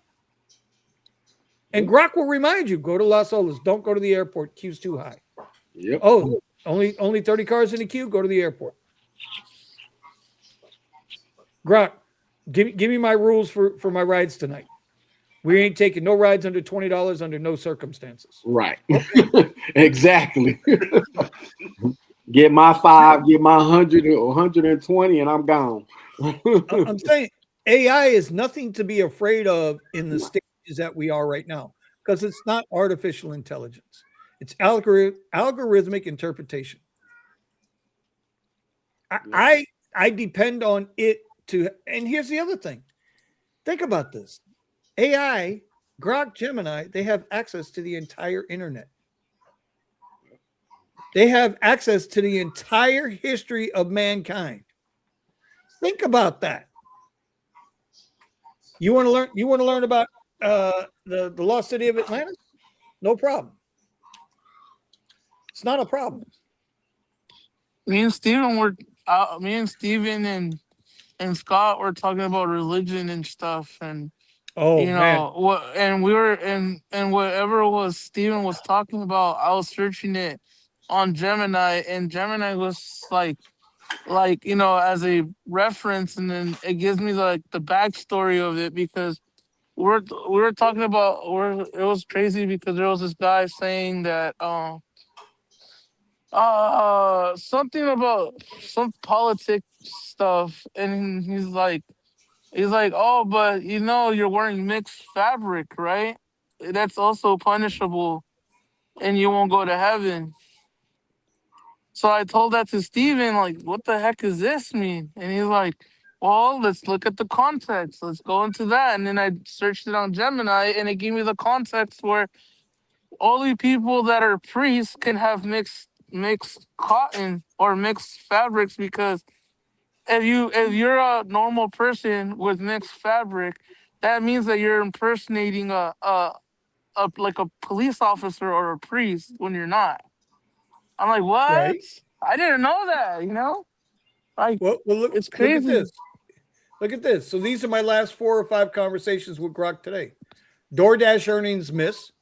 So in case you guys didn't know, DoorDash had earnings after market close today. They missed like nobody's business on earnings, right? They missed.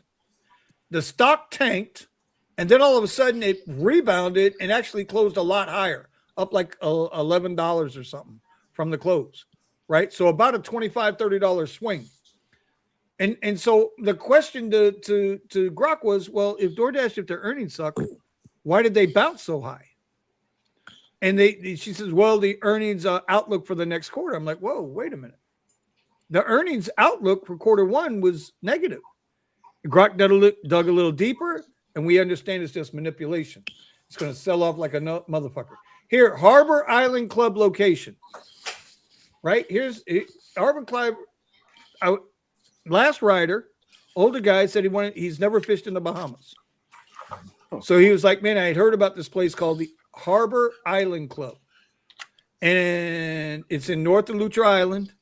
And so we talked about that. The rider before that, she's got a 2021 Jeep hybrid. She lives up north. She has not been able to use the electricity. So we were talking about that. I'm telling you, man, you can use this stuff. Use Grok. Use Gemini, man. Use it to your advantage. It's nothing to be afraid of. It'll help you move forward. But always remember that these things like to lie. You got to know how to fact check it. Yep. Absolutely. But for your day-to-day, daily things, I'm with it. I got no problem. Grok tried to tell me that it counted 0 to 200 without skipping, and I know which ones it skipped. And he's like, oh, you caught me. Okay, I get that. I'm not asking it to count. Well, I'm just saying on a simple task like that, it lies. What else is it lying about?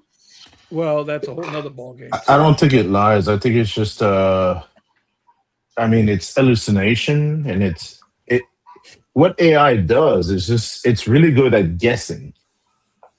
It's a bunch of guess, and then when it loses context or whatnot, it could start guessing like a little more. How do you would say, like less carefully?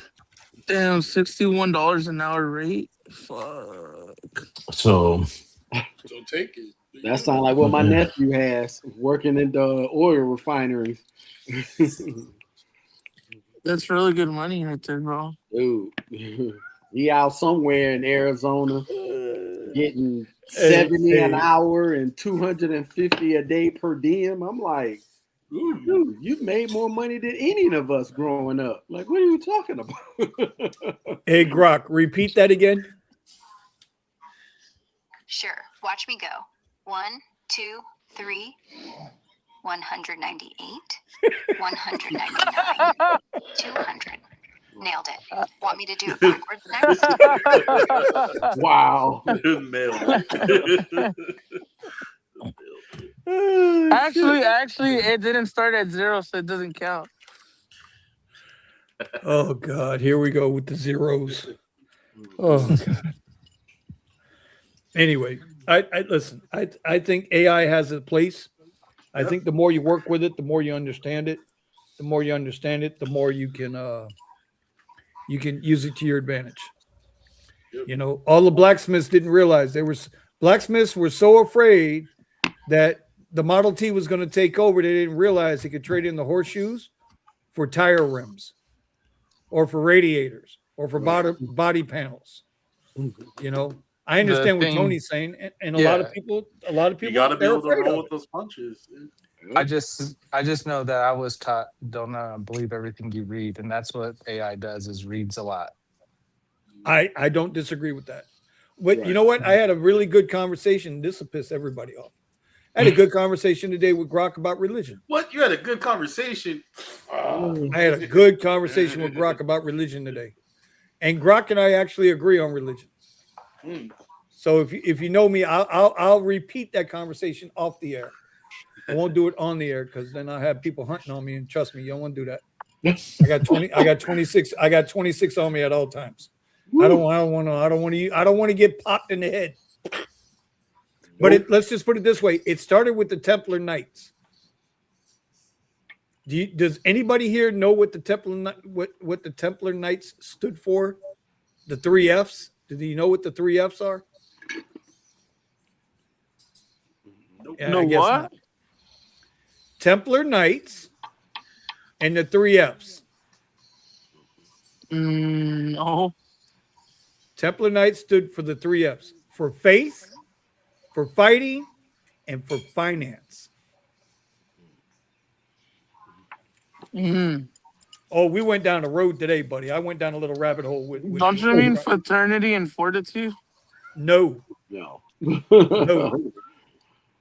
Faith, walking in faith, fighting for that faith, and then financing the fighting for that faith. Templar Knights were some of the original gangsters when it came to banking. They took a vow of poverty, but they had plenty of money. That sounds too familiar.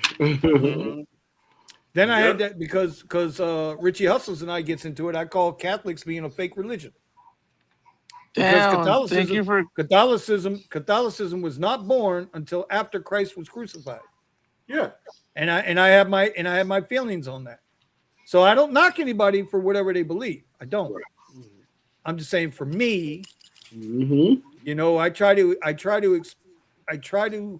learn as much as I can about these different things. And so anyway, I don't want to get into the whole because people get twisted with the religion thing. But I'm not afraid to have the conversation. I can promise you that. But there's a lot of stuff, right? Like Eddie calls me the other day and he's flipping out because Matthew 21 verse 7 or Matthew 17 verse 21 is missing. And when you go down, I think it was Matthew 17. Which one is it, Stephen? That's not in the Bible. Matthew what? I don't know. 17 verse 21.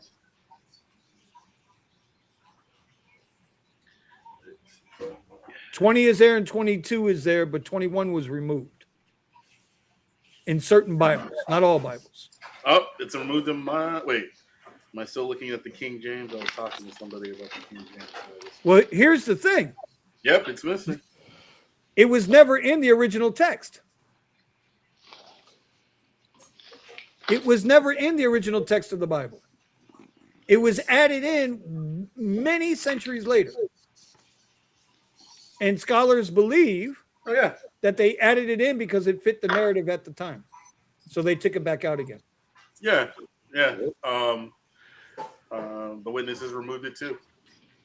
So and so like when Tony just says, well, you can't believe AI, I agree.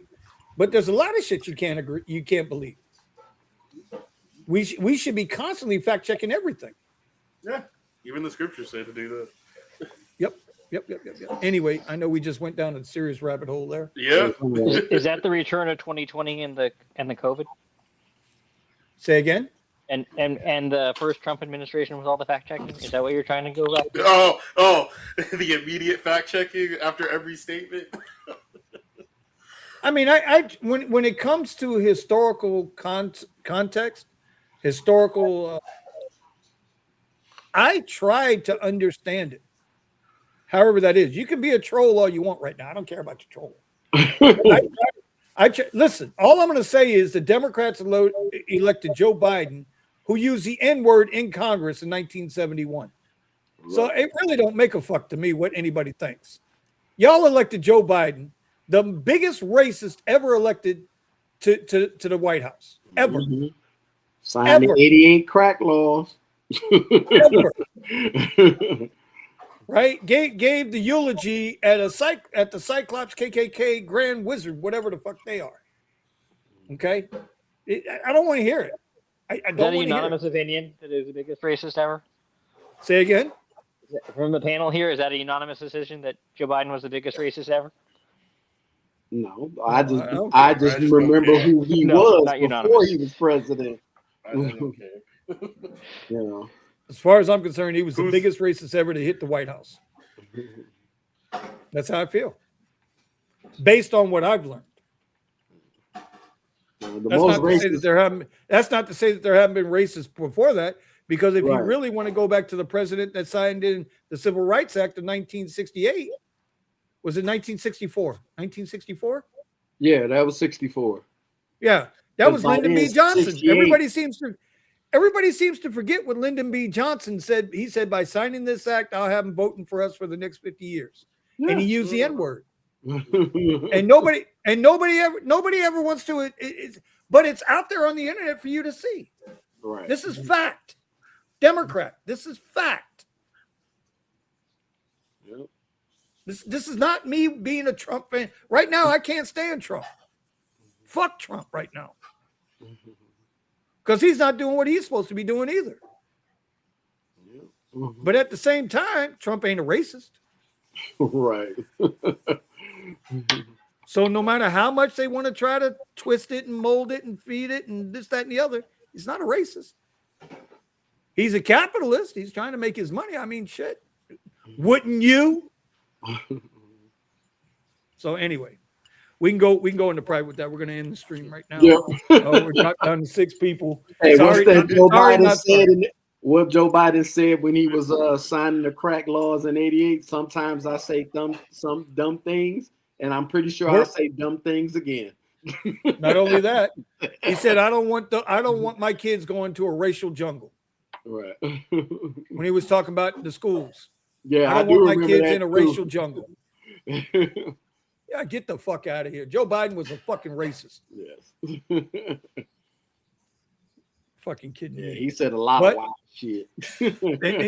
and still, they used to pull my hairs in the pool off my legs and have my hair standing. What the fuck are you talking about?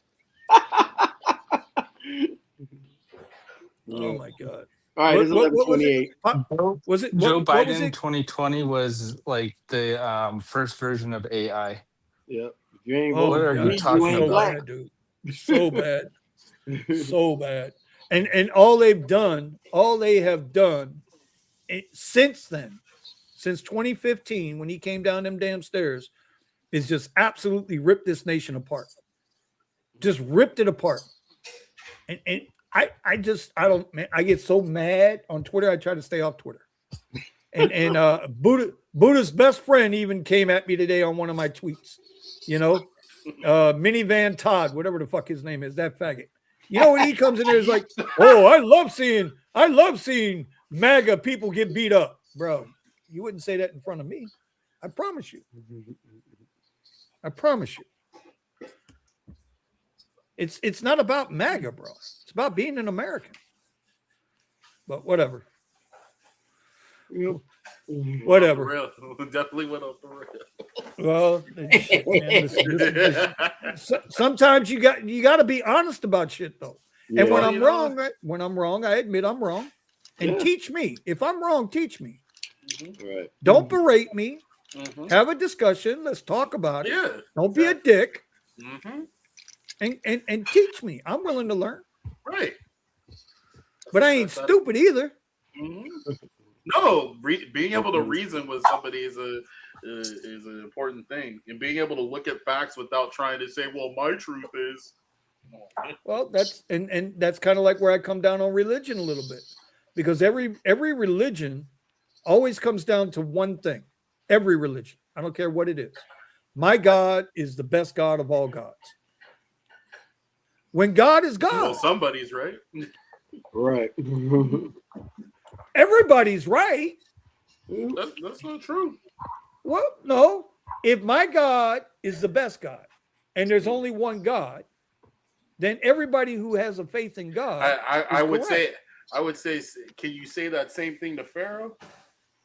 Can I say that to who? Pharaoh. Well, Pharaoh didn't believe in God. They believed in sun gods and Ra. He believed in several gods. And then there was the 10 plagues to show him that his gods weren't anything. Right, but I said God, meaning one God. Let me rephrase. But there's a lot of people that believe in a single God that's different than the one God. They have different personages. Can we definitively point to a single God and say that God is the only God? Definitively. I wouldn't say that that's as important as whether or not only one God, whether it's one God or multiple gods that exist. That's the answer is what's more important, not whether or not we can currently definitively prove anything. Well, I believe in one God. Yeah, I believe in one. And I believe that God has no religion.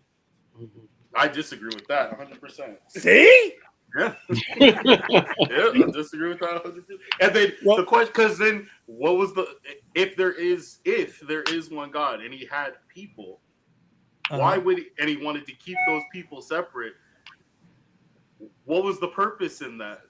Does that mean that they have a religious obligation to serve that God the proper way? I don't think God meant to divide the people. I completely disagree with that because Jesus said the exact opposite of that. I'm here to bring division. You don't want, wait a minute, division in the sense of what? Right or wrong?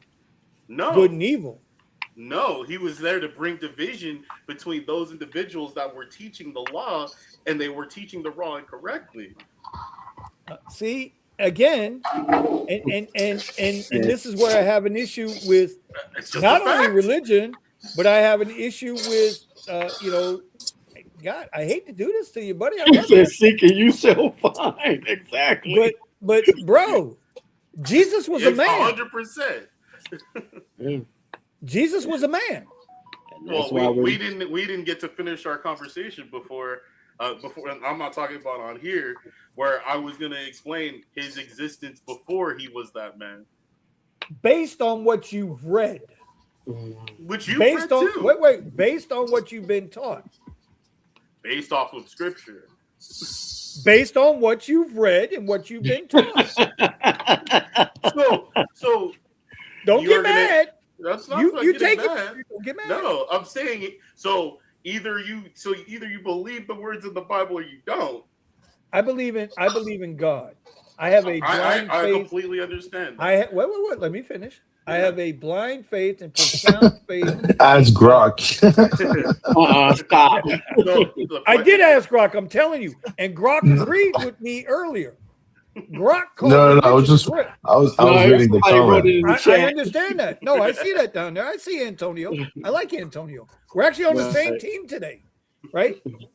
Listen, which is a shocker because usually he's going at me because I'm a Trump guy. But now that I said fuck Trump 2 weeks in a row, he might give me a break.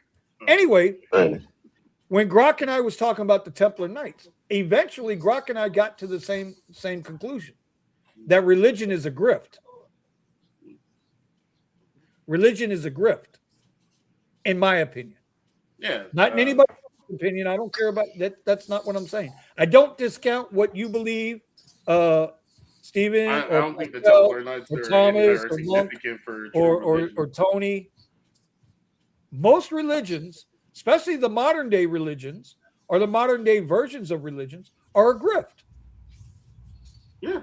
I agree. Unfortunately, I'm having an audio issue. I don't hear Stephen, but I hear you. Oh, okay. Here's the thing. Let's go with Jesus for a minute. Didn't Jesus preach poverty and humbleness?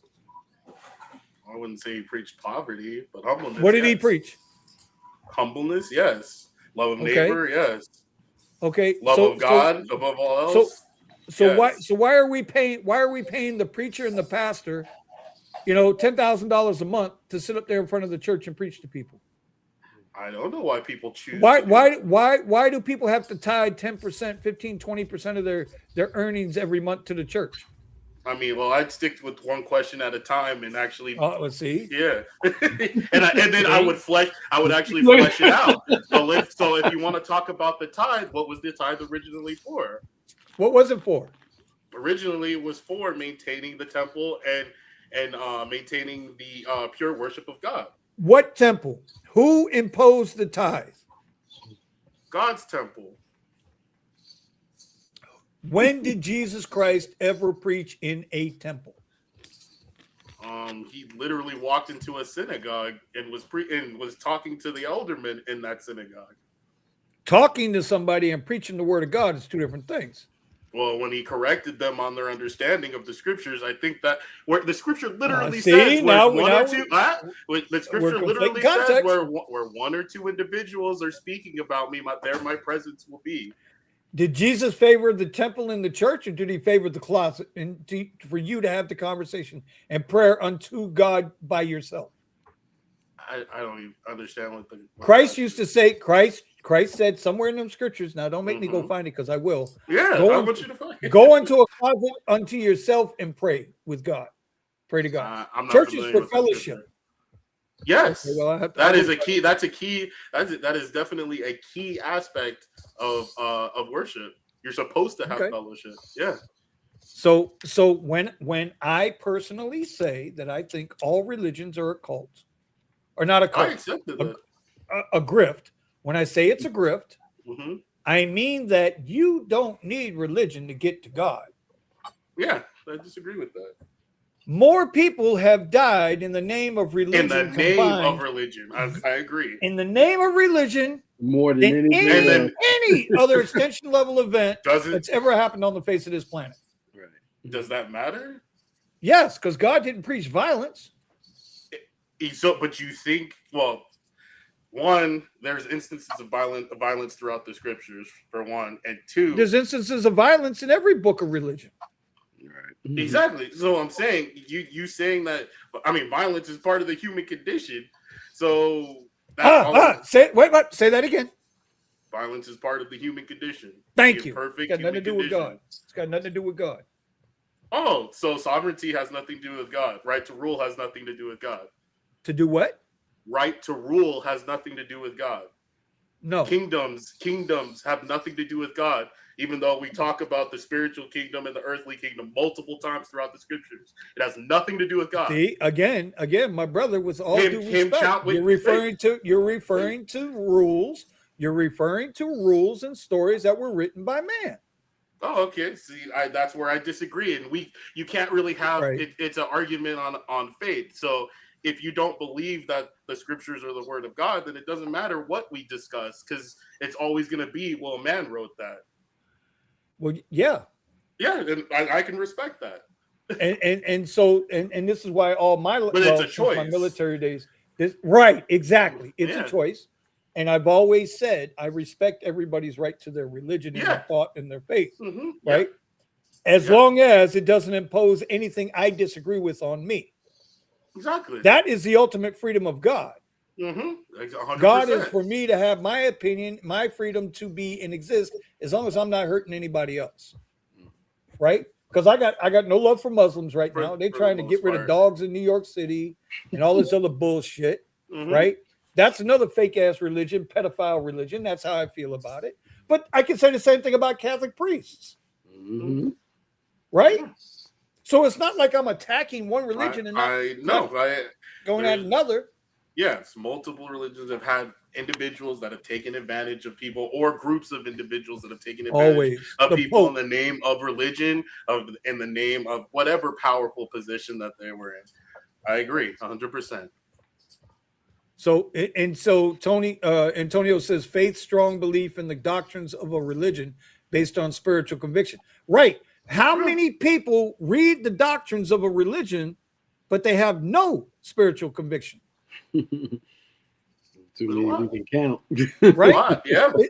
That's like saying people go to church on Saturday or Sunday. People go to church on Saturday or Sunday, and they praise and they love, and they're holding the person standing next to them. And on Monday, they're ready to whoop their ass. I'm about to say Monday morning is a different. Monday morning comes and all that spirit's gone.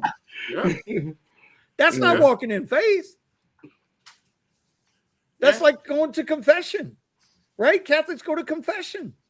Oh, send 10 Hail Marys and 10 Our Fathers and light an incense on the way out. and fuck, I just which killed is, three which is people. all against the scriptures. I just killed 3 people in the subway. You telling me to go pray 3 times and spin around and do a dance? And splash some water on me? Bro. And everybody That's freaks out another over the thing. Pope. Well, Eat a cracker and here's cranberry another thing for juice? you. What's the biggest, most wealthiest business on the planet Earth? Religion. Rome, the Vatican. Yeah. They are the most wealthy Religion. on the planet, right? Yep. They didn't exist for centuries until centuries after Christ was crucified. Well, I mean, aren't they still the Roman Catholics? They just changed form. What did they? That's right. They changed form. Roman. Yeah. They were the Romans. They were the right? Romans, and they still rule. Yeah. They stole it. They stole it. Stole it. They were the one that extolled it. I bought fake merchandise in the Vatican. You bought fake merchandise in the Vatican? I bought your airbags. I bought a ring that just decomposed within a week of wearing it. He's like, I have to get this off my chest. Right. Like, how Yeah. dare they? I paid like $500 for like a ring, and then it just disintegrated.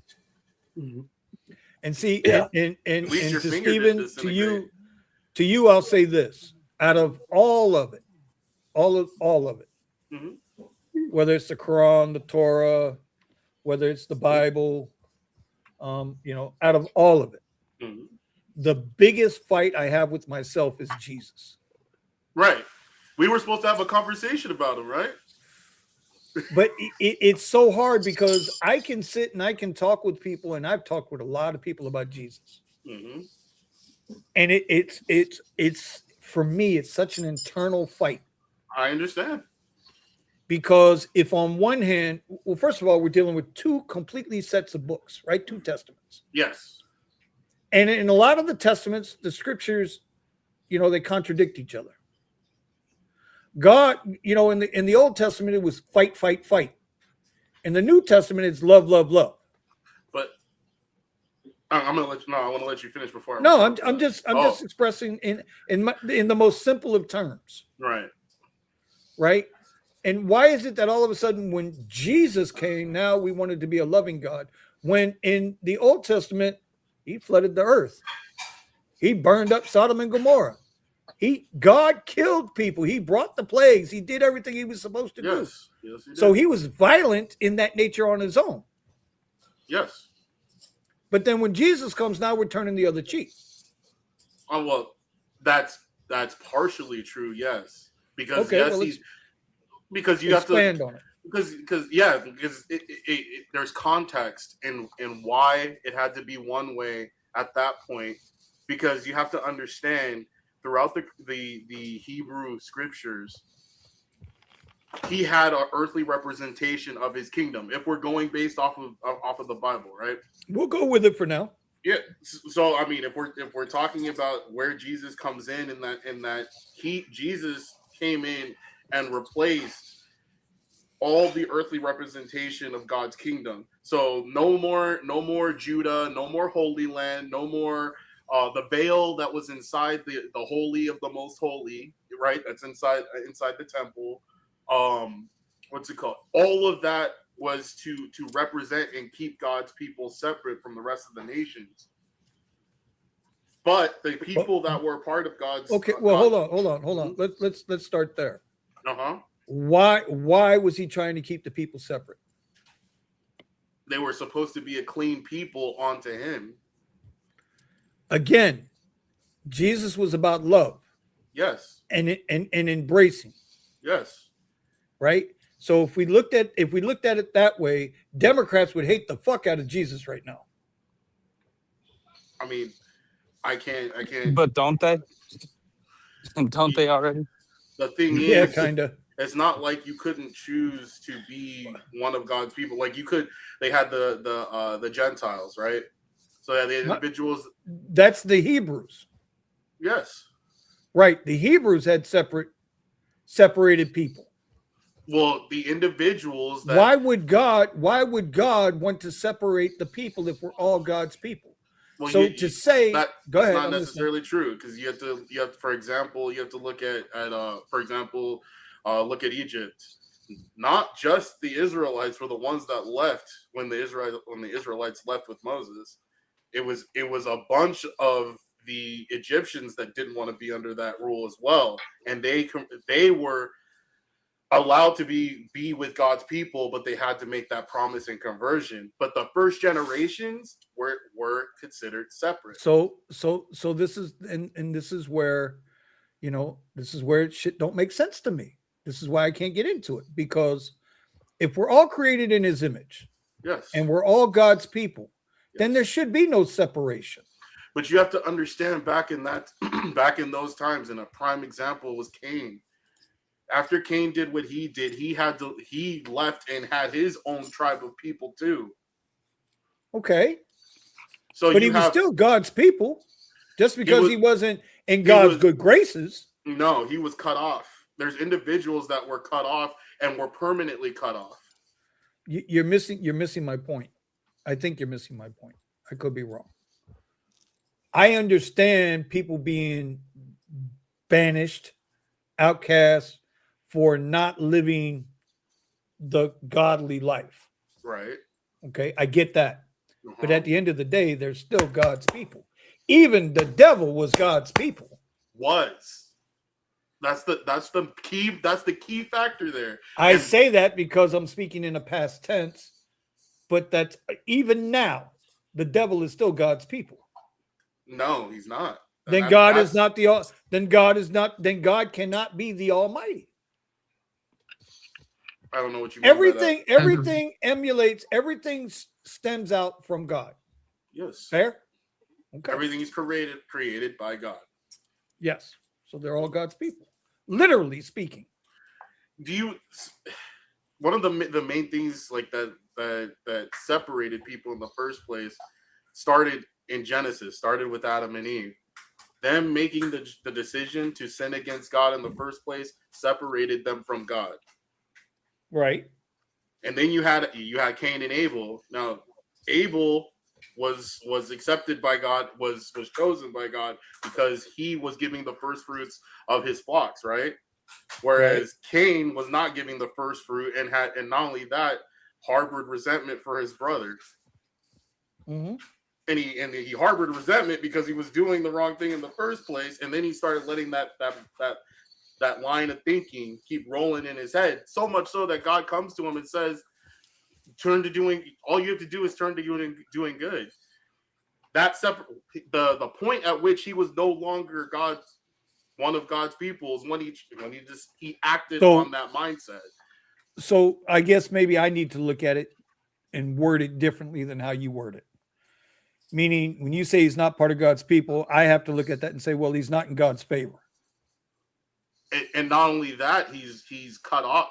The point is that he wasn't cut off. He was still alive. He was still feeding and gathered his own people. Because just like you said earlier, you have the right to live with your own free will. 100%. He was no longer allowed to be one of God's people. He was allowed to live the rest of his. Because for example, if Adam and Eve had been instantly been punished, we wouldn't be. We're saying the same thing, right? I don't know. I don't know that. Yeah, we're saying the same thing. I'm just saying it differently than you. Well, I think saying it differently also has context. Oh, I would not disagree with that. Right. That's why I'm saying it the way that I'm saying it. I know you are, brother. The context matters extremely. Right. Vinny, you're coming to a separate conclusion without explaining how you get there. Well, what would you like me to explain? Well, you said if people are cut off, or if people choose to go against him and that's their free will, they don't want to be under him, then how is he Almighty? I never said that. Yeah, you said, how is he Almighty if that happens? No. What I said was, Stephen said that these people were no longer considered God's people. Correct? Right. And I said, if God is the ultimate creator, then they are all God's children, good, bad, or indifferent. That's how I arrived at that. Okay. Because if we are they're all God's part, they're His They're creation, God's creation, but they're not no longer His children. Yeah, they're not His so people. Though. see now Tony's introducing a different word. But you just introduced a different word. Well, no. I'm not saying he's right or wrong. I'm just saying this is what I mean. This what we're doing right now is the ultimate grift of what I consider religion. Meaning this. You're saying you're saying God's people and not God's people. I'm saying in God's favor and not part of God's favor. And then Tony just introduced it as God's children. Meaning we're all saying the same thing.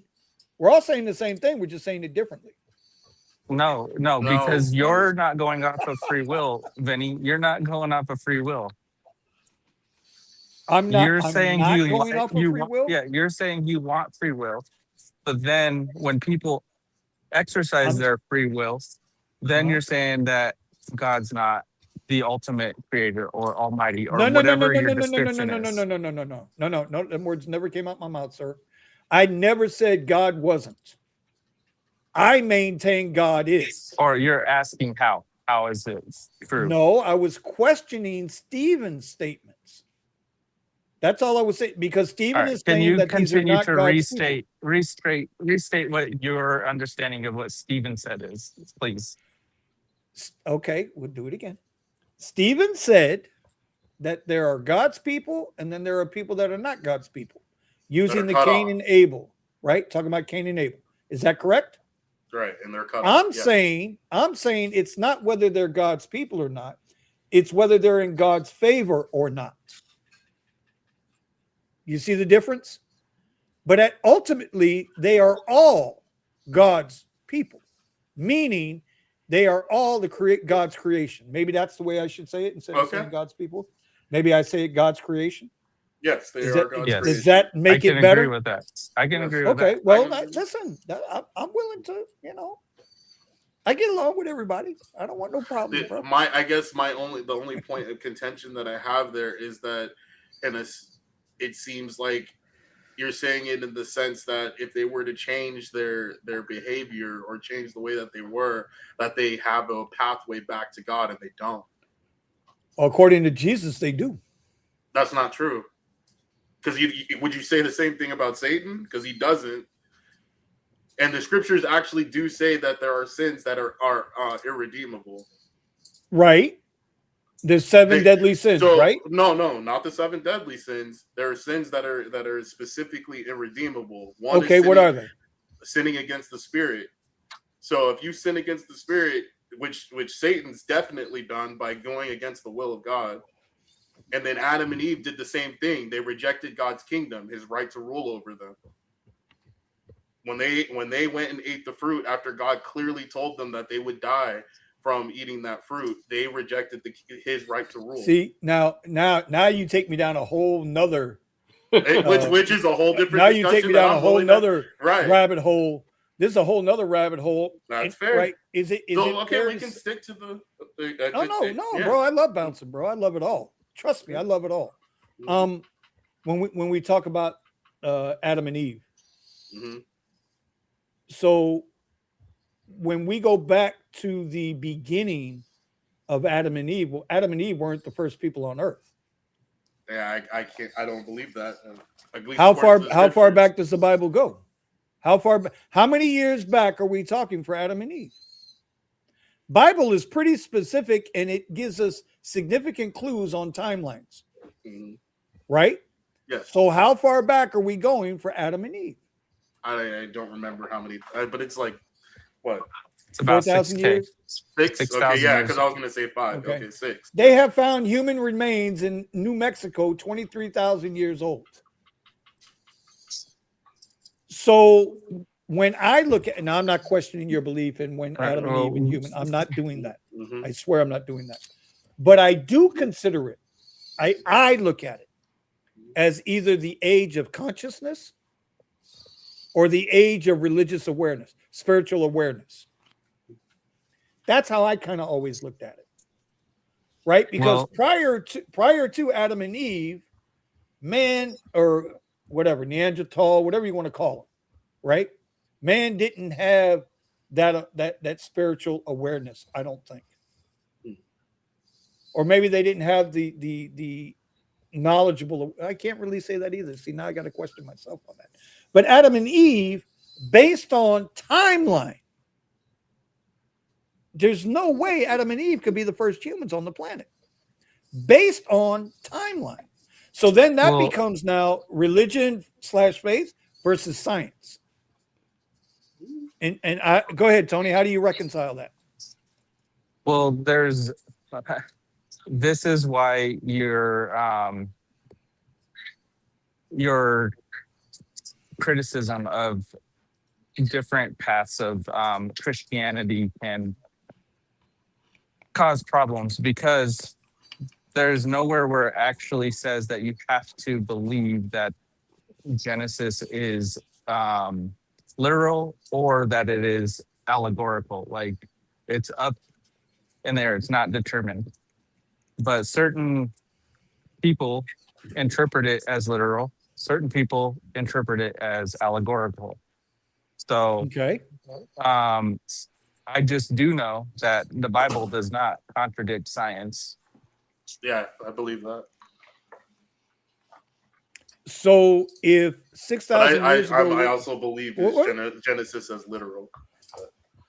So if there's also science that can, because what you said, there's 23,000 year bones, right? How they tested the carbon for that. There's also scientific evidence that carbon dating can be skewed with water. Okay, but by 20,000 years or 100,000 years? Yeah, you could carbon date things way off. So it's all theoretical, whether you go with what carbon dating says or whether you go with if Genesis is literal or allegorical. It's all theories. So let's do a comparison. So I was learning about this the other day with the pyramids, the Egyptian, pyramids of Pharaoh, and the original pyramid, which is the biggest pyramid in Egypt, right? Whatever, Giza, whatever the hell it is, right? The original pyramid that was built. I did not know this. I'm only going off what, I learned through Grok and verified through Gemini. So they're going with whatever they're reading off the internet as being factual. That's all I can do in this case. No pyramid ever built since the original pyramid has ever been structurally correct. In other words, they got the first one right. Everyone built after that has been wrong. There are flaws, major flaws in the pyramid, whether it's in the structure, whether it's in the material, whatever it is flawed. Now, those does that include like other whatever pyramids in other parts of the world? No, just in Egypt. Right. And then now, so here's the other thing too. And I want to get this right. So give me a second. I got to try to get this right. Because when we talk timelines, we're talking timelines, right? How old is the Sphinx in Egypt? And was it originally a lion's head or was it something else? The Great Sphinx of Giza? Most Egyptologists peg its age at around 4,500 years, built during the Old Kingdom, likely under Pharaoh Khafre, so roughly 2,500 BC. That makes it about 4,600 years old today. Yeah, give or take a century. Carbon dating on nearby quarries backs that up. As for the head. So there's actually people out there, that's why I wanted to do that through Grok, because there's people out there that say that Sphinx is 10,000 years old. And that the face that we see on the Sphinx now was actually not the original face of the Sphinx. That it was redone. It was there was the face that was on it was something else. And I guess the reason why they say that is because when you look at the size of the Sphinx head now compared to the body of the Sphinx, it doesn't make sense. They're saying that the Sphinx head came down. That Sphinx is 10,000 years old. If that's true, that's a big if. If that's true, that predates Adam and Eve. So you kind of see what I'm saying here. It's like it's so hard to say what is factually correct and what is not factually correct. And so for me, just for me, I go with, okay, I don't care how you get to God as long as you get there. All right, Vinny, as long as we all get to the same place. Let me just help you with that one thing that is getting you. Like you said, consciousness or whatever, right? There's Spiritual awakening or consciousness, right. Yeah. There's a point in Genesis where the Holy Spirit is breathed into Adam. Right? Say that one more time. There's a point in Genesis where the Holy Spirit is breathed into Adam. Okay. That's when man is separated from all other creation to be in his image. We have a soul. All other creations don't have that.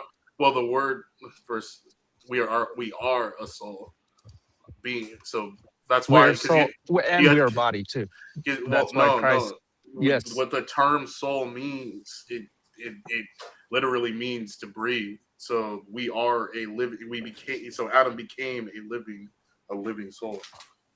Right, but he had a body as well, and that's why Christ had a body to be. The physical body, it has nothing without like you said, that breath of life. But the definition, because you have to also look at, okay, why do we kill animals in order to, or why did they used to kill animals for sacrifice? They were killing animals for sacrifice because they're what's it called? You end that its life in order to clear for sins by ending that soul. It's because of the blood. And there's a scripture that even says the soul is in the blood. Where does the air go? But why are animal sacrifices not sufficient? Because they're imperfect, and the perfect sacrifice was Jesus. And why was his sacrifice perfect? Because he was in what form? Because it's not about form. It's because he literally died. His soul died without sin, so his blood had no reproach. But how did he have blood without a body? It's even if the body doesn't exist separate from the soul. If you either are a living soul or you're not. But why did he need a body then? He existed before without a body. Right, but why did him becoming incarnate mean anything? Because he replaced Adam as our father. Okay, but why did he need flesh to do that? To be a human? You can't be a human without flesh. Okay. All right, so body does matter then. It doesn't matter in regards to soul. Hold that thought. All right, y'all. Thank you for joining the stream. Yeah. but this is okay though. Yeah. I just wanted that to be known. Yeah. This is okay. It's okay to have these conversations. It's okay. That's all I'm saying. Yep. Ain't nobody got to listen as long as we get something out of it. Mm-hmm. It's okay to have these conversations. These conversations need to be had. Thank you, Tony. All right. I'm going to end the stream anyway. Peace, love, and happiness.